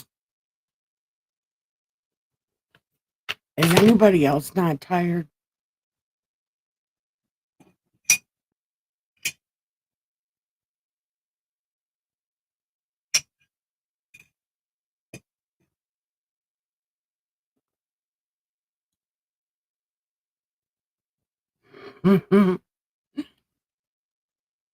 Hey, did you know I've gotten a couple of those Indian scammers to subscribe to my YouTube?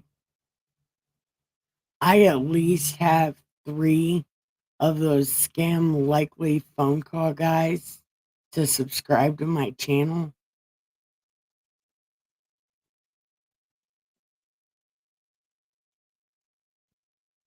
Well, we can we can what can we do? You're probably wasted. Well, you're probably tired because you're way wasted.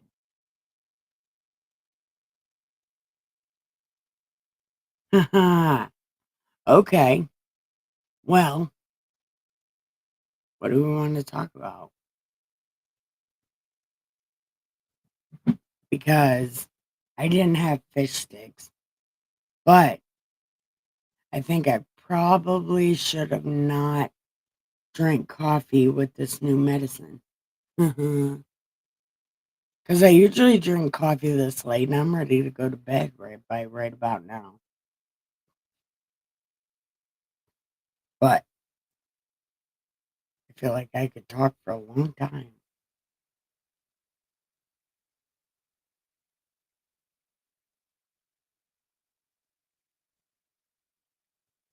Yeah, that is a very valid point. Yeah. Wheels, where'd you go?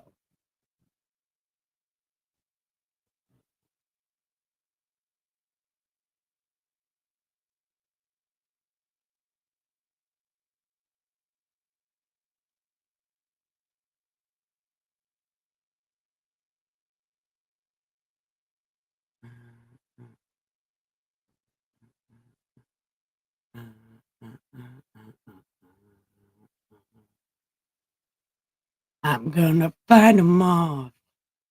7 Nation Army couldn't hold me back.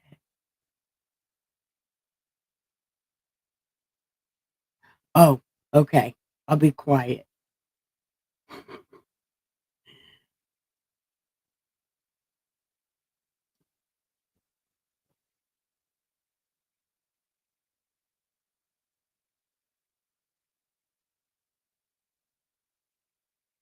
Okay. Yeah. But make sure she cuddles back. Have you ever cuddled somebody that doesn't want to cuddle you? I could tell you. It's kind of like a koala bear hugging a tree that has no arms.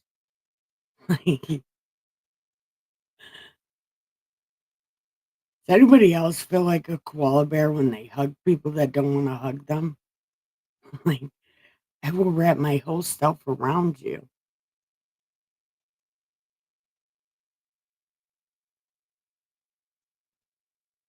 You know what? Listen, did I ever tell you about the time I was in the coma? Well, the only time I was ever in a coma, which, you know, it could have been a lot more times, but it's only one time I was in the coma, right? That's how I got all my brain injuries. I was curb stomped and whatnot. Listen, it was a whole thing. But while I was in that coma, I was probably in the ghetto heaven where they draw on the dirt floor. And I was doing drawing something on the dirt floor. But anyways, the door opened and I looked around and I said, "Oh my God, it's you. Can I have a hug?" And I like hug. I believe it was Jesus, because who the fuck else would I hug? Probably anybody and everybody, but I'm pretty sure it was Jesus. And I don't know, I think I just hugged him and he gave me one of those pats like, "Oh, you're so special." And then I woke up from a coma. Yeah. So, like, I think I hugged Jesus and he didn't want to maybe not hug me. So I bet I look like a koala bear hugging a tree.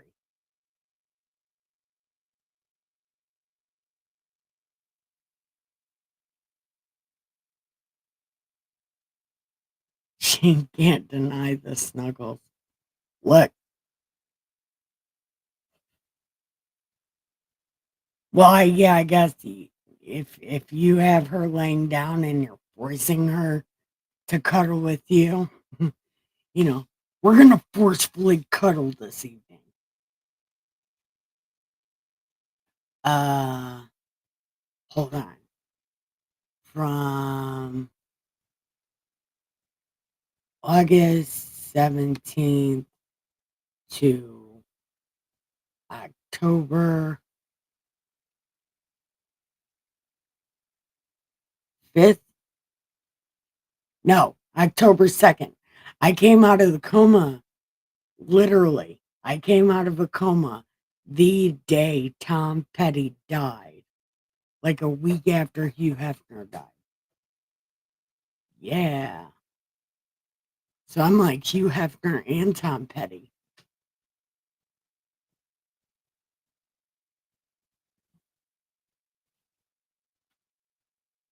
Hi, baby. I love you. Now I'm going to watch my friends here snuggle and get all jealous because I can't snuggle. I'll snuggle my microphone.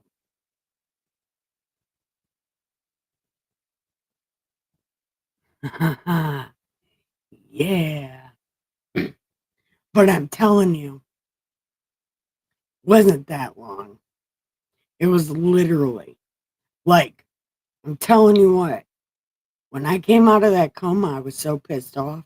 I was so pissed off. Like, do you know what I was just doing? Why did you wake me up? What the fuck? Yeah, it was a whole thing. And I yelled at that doctor.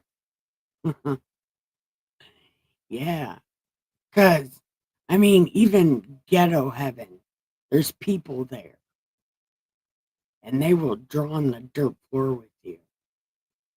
And then you can never know their names or what they look like, or can't remember any of that.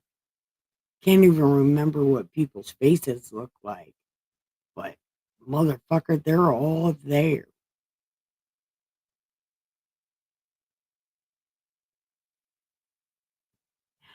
Actually, do you want to know what my nom de plume is for when I write my book?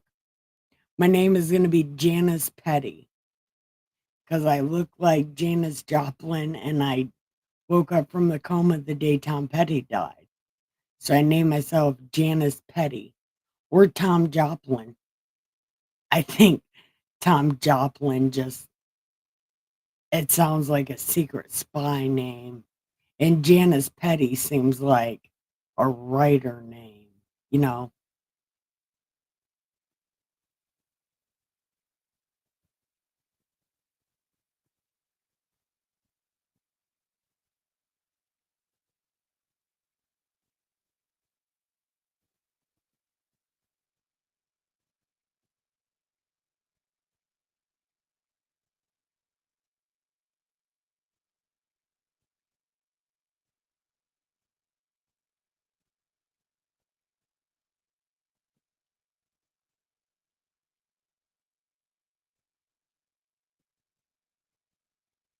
See, I was begging for the exact opposite. Why? Why? Ah,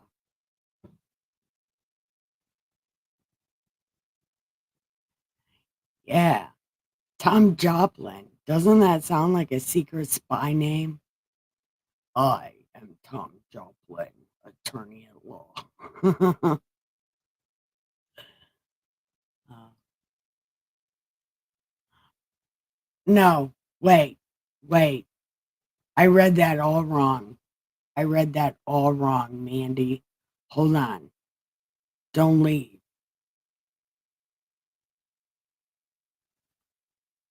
And maybe you can answer this question because I ask it a lot. Like, if you had the chance to meet Jesus, like, I didn't even get a chance to meet Jesus. I just was like, oh my God, it's you. Can I have a hug? And just hugged him, like a koala hugging a tree. Like,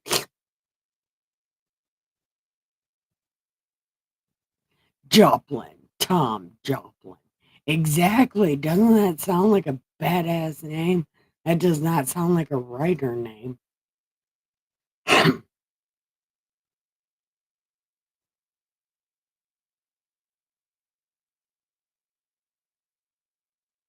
Yes, because because you're a fucking Michigander.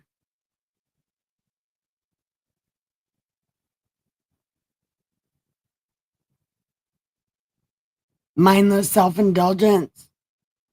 Man, I listen to one song by them on repeat all the time. Take me now, fuck me later. Yeah. Can't sing the rest of that song though. At least not out loud.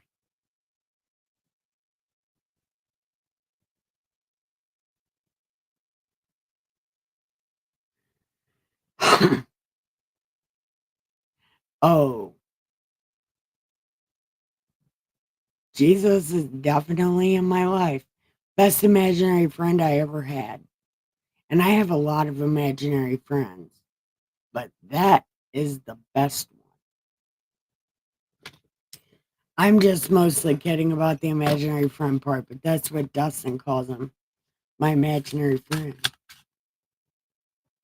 I think, I think. Right. That's the thing. If you met Jesus, like, would you be able to be like, Jesus, what are the secrets to the universe?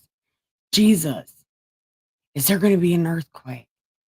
Like, a lot of people say, oh, Jesus came to me and he showed me all the things that are past and present and future. And I had the ghost of Christmas past and he showed me there was an earthquake.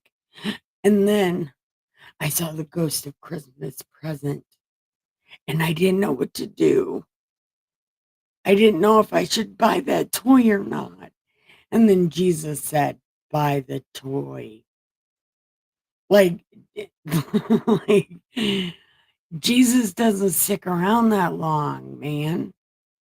Like, Jesus is not gonna stick around to tell your crazy ass some shit or to give you the ghost of Christmas past.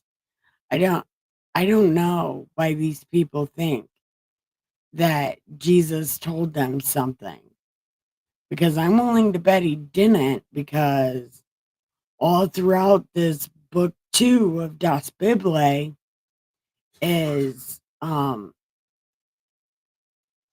he says when they ask him, when's this stuff, he's like, I don't know.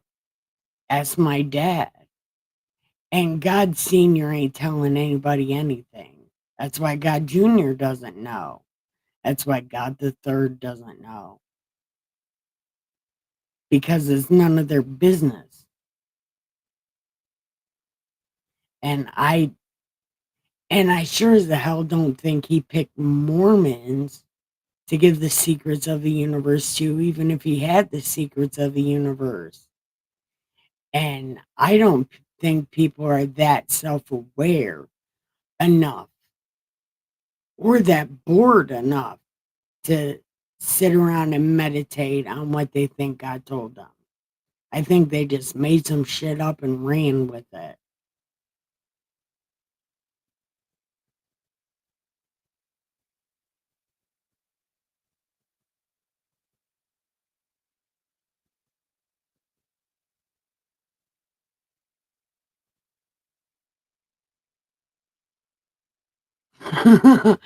Yeah, Mandy.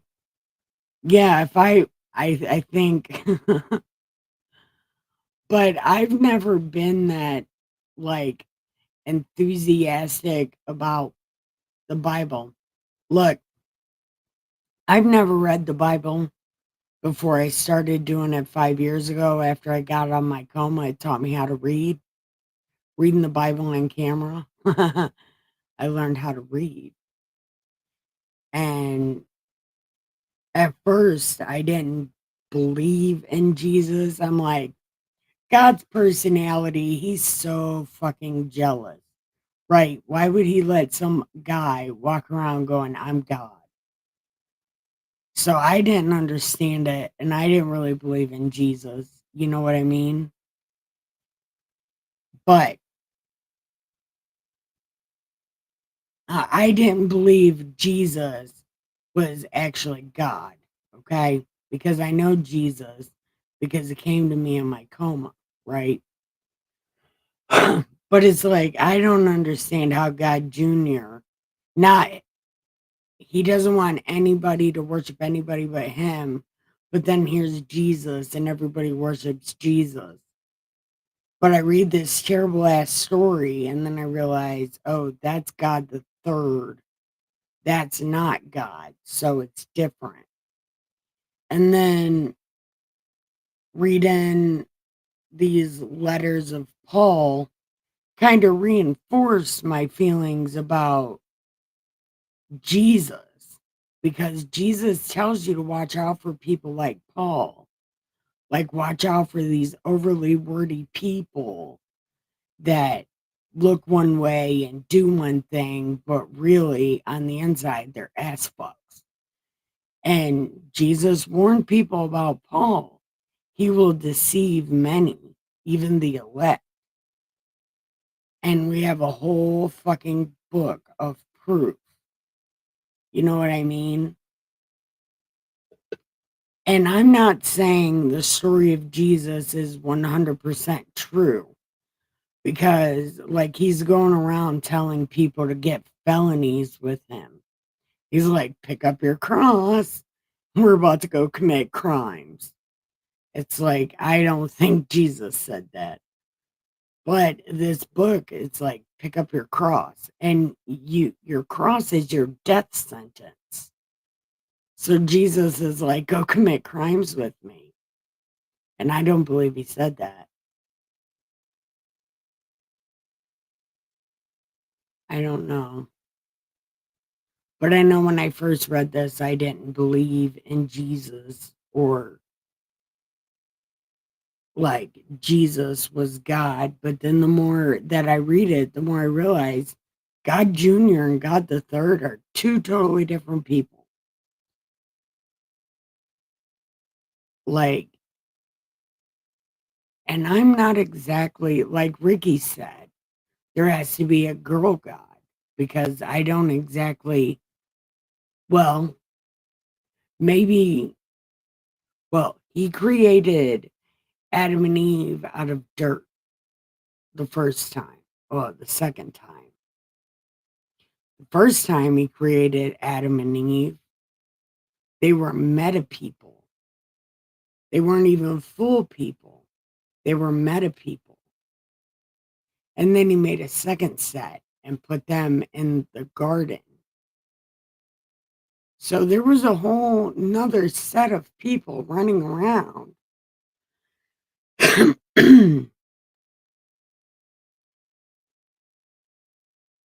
Damn. I don't remember what I was saying. I was saying some kind of shit. I'm not high enough for this. Mm, maybe I'm too high.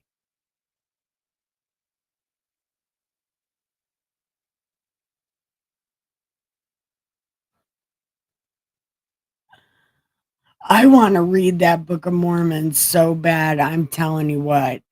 I want to read it so bad. But I want to read it like it's a science fiction novel because because I heard like there's a giant bird that's got two heads and shit in there. There's like a fire breathing thing, I think. I don't know. There's a whole lot in that Mormon book I want to read about.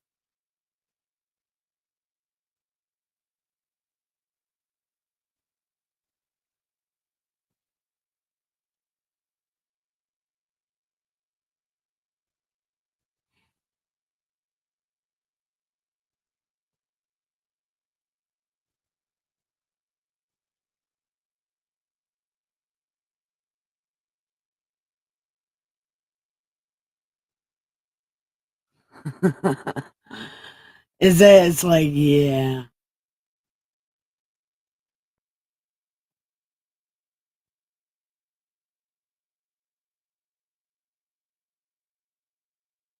If you have no Yeah, if you have no morals, you're just saying that shit. You definitely have morals. Everybody has a moral, but it's if you choose to feed your morals or not. If you don't feed your morals and you don't practice your morals, doesn't mean you don't have them. It just means that you're consciously aware of ignoring them.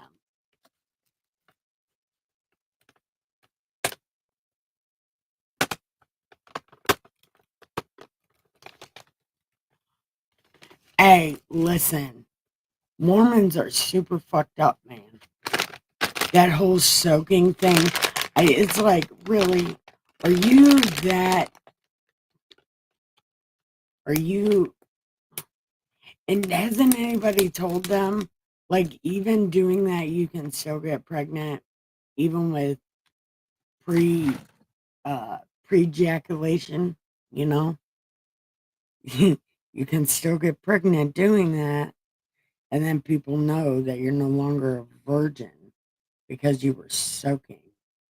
What is that madness? I don't even know. I don't want to know. I'm afraid I know too much.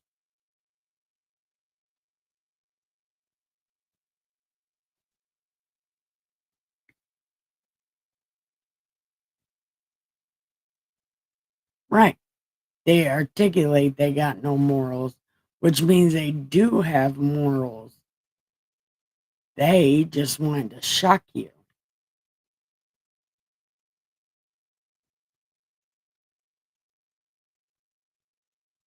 Yeah, the church is a bad place. Look,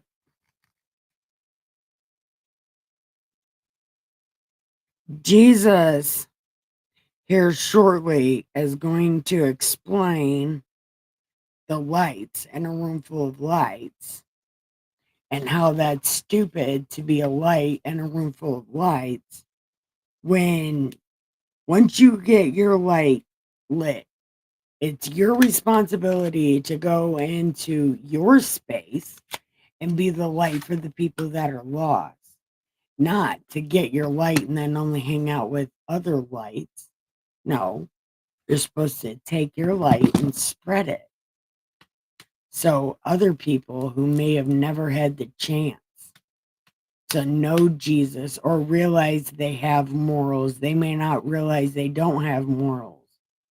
But unless somebody comes into the space where they are with a light to show them where they're wrong, they will never get right. Yeah, everybody should leave the LDS church because they're full of shit. Actually, you know what? The LDS has more fringe groups than Al Qaeda does. Like, there, there's a Mormon compound in Mexico where they get into fights with cartels and win. These polygamous Mormon groups, they have a whole fucking compound in Mexico that fights with drug cartels. Like, there's so many Mormon fringe groups. It's crazy.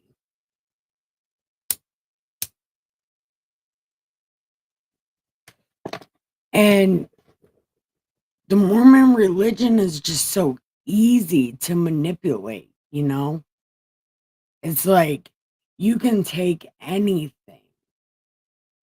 in the Mormon religion and flip it on its head and turn it into something different.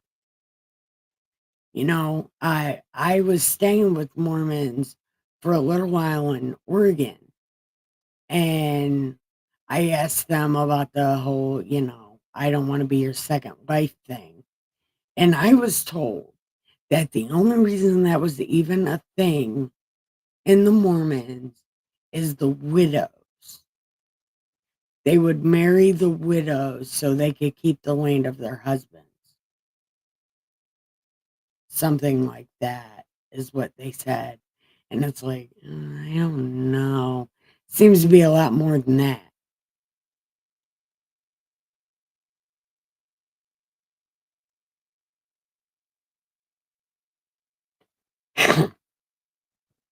The Mormons down there in Mexico don't play around for sure, but they're only down there because polygamy is legal.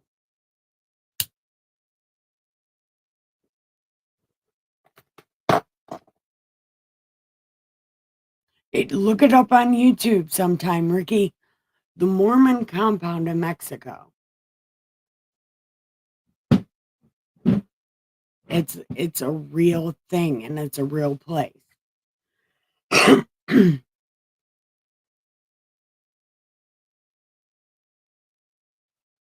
And we are the church. We're just not 505 5043 4043B. Yeah. Only we're not, marked as a nonprofit organization. Because if I make profit, I swear to God, I'm going to feed my raccoons. Man.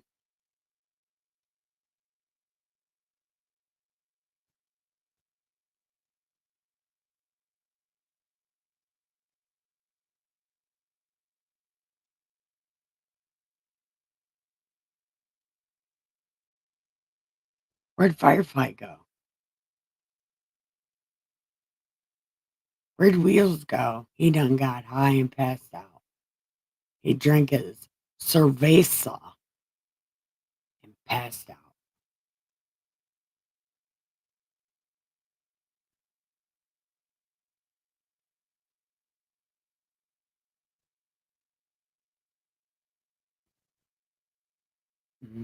Mm-hmm.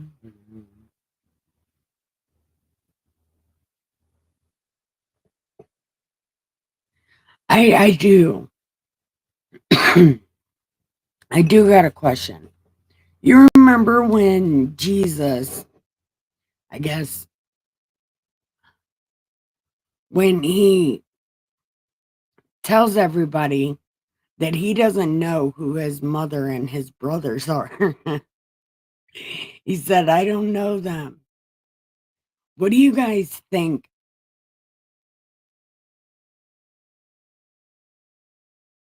What do you guys like?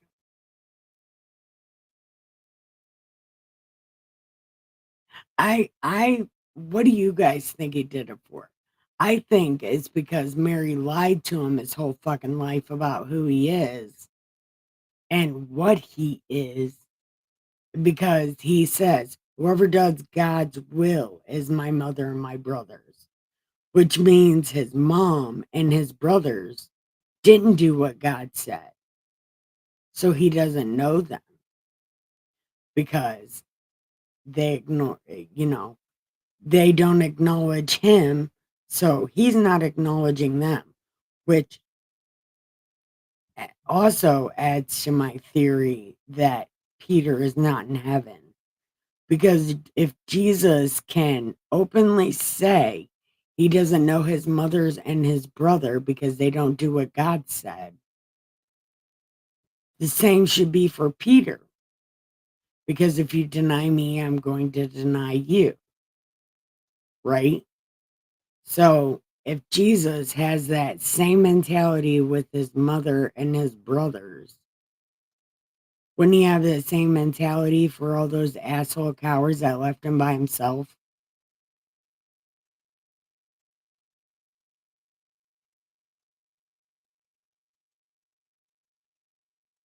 Ha ha. Yeah. So do you see what I'm saying?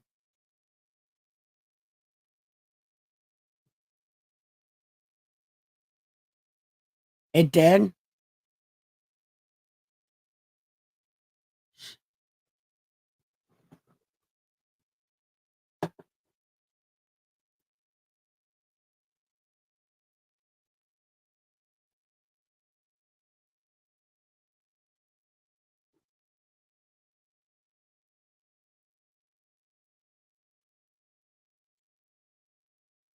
You might have to refresh it.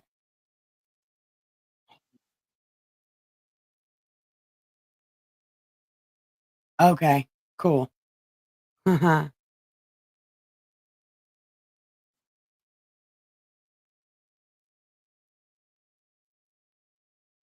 Oh,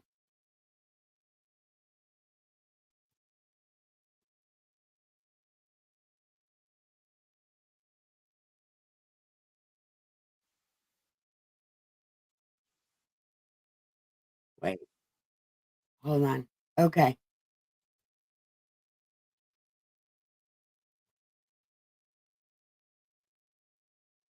So what do you think about that verse, Nicole Slaw? That is so cool. I'm gonna quit calling you that. I'll just call you Mandy. Yeah, because it's just I can say it, and then just saying Nicole Slaw all the time. It sounds kind of fucked up, like I'm making fun of you. I'll quit doing that. I could call you what my grandma calls me, Knick Knack. Hi, Knick Knack. Hi, Betty O. My name is Grandma. I'm like, my name is Nikki.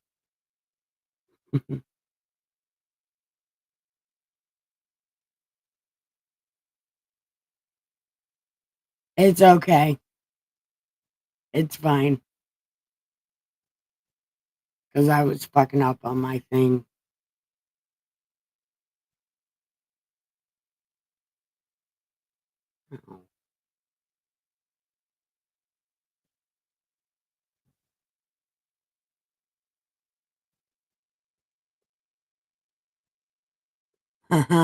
Yeah.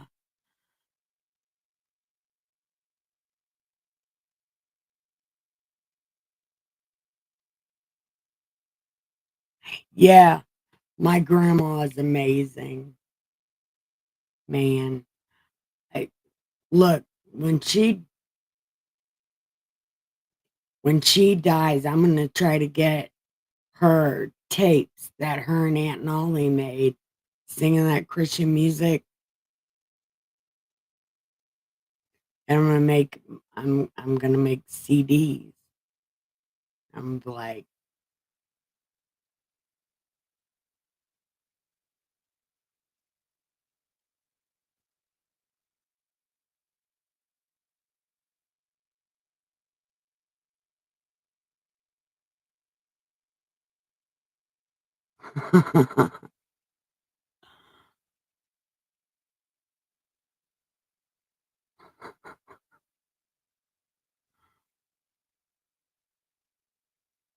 yeah.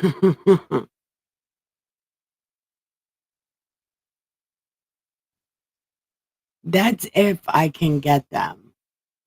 Because I'm also trying to get grandma's guitar so I can give it to my son who wants to be a psychopathic artist.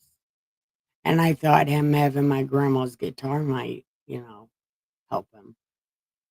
But that means I gotta like beg people and stuff like, hey, we need to pass this on as an heirloom. And we'll start it with Drayden.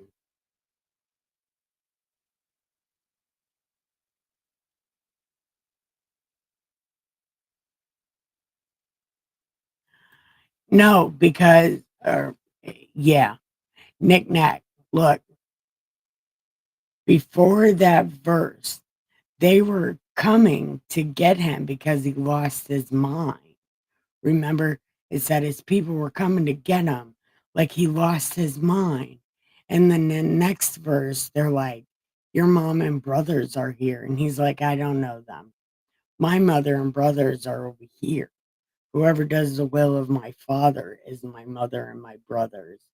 Meaning, marrying them ain't do shit. That's why he's like, I don't know them.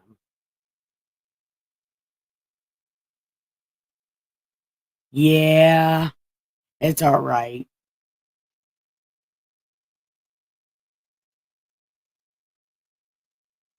But are you going to come back, Nick? Are you coming back like tomorrow or whatever?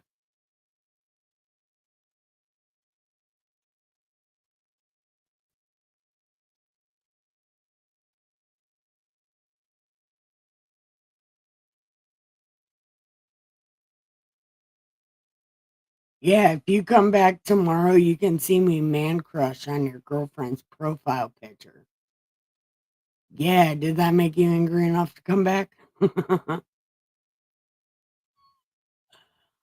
Oh man. Yeah, because you would look so nice in your wolf costume. Ow, I just broke that. My bad.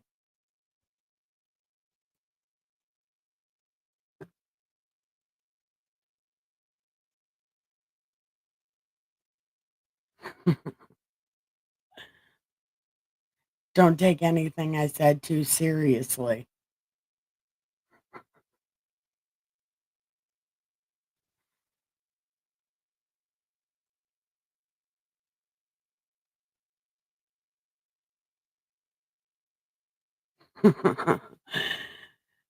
Something about that profile picture.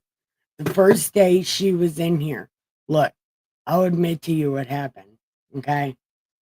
Look, the first day she came in here, I slipped and fell and grabbed her boobs.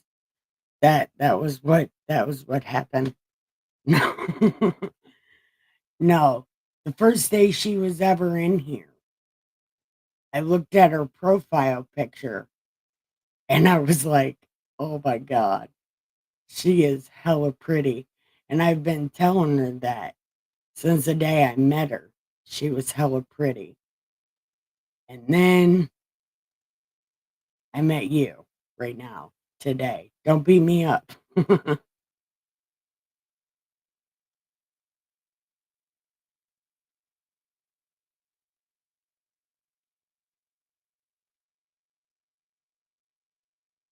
Oh, frugal?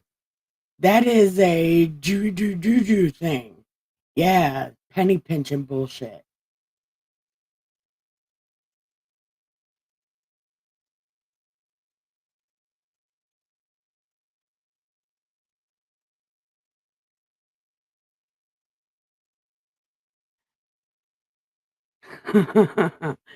I told her that too. Every time, like for like the first, I don't know, the first two few times she was in here, I just had to remind her of how pretty she was. I try to stay frugal on chat.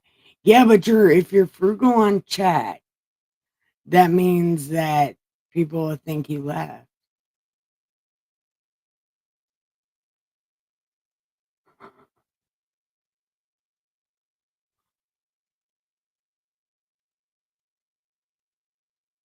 I tried to stay frugal on chat.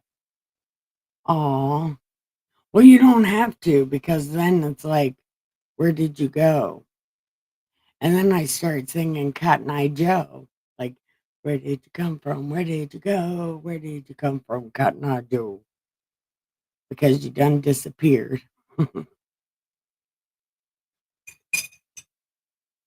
Hey, Knick Knack, do you want to know something?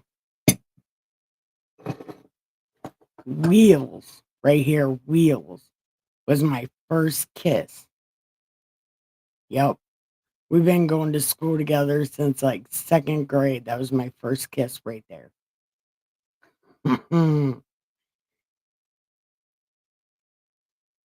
Oh, we'll be quiet, Ricky. Except for I I don't know how to be quiet.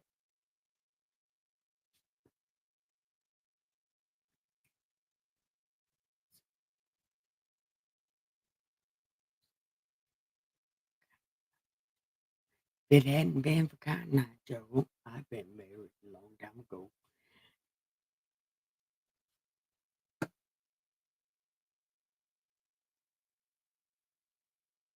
Yeah.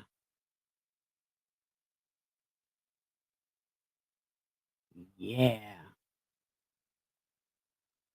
Oh, a different kind of client. Damn, you have too many clients, Ricky.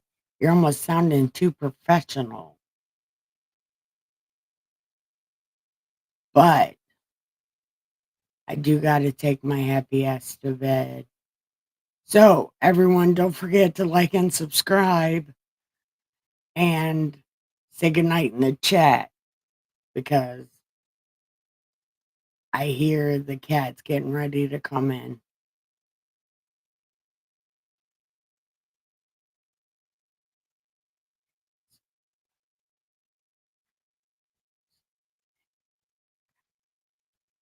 If it hadn't been for Cotton Eye Joe, I've been married a long time ago.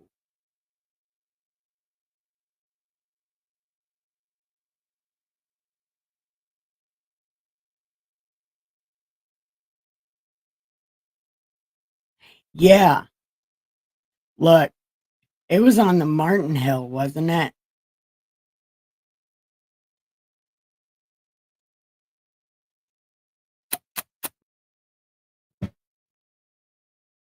All right. I love you guys. I'm hitting the outro right now. Good night. Love you.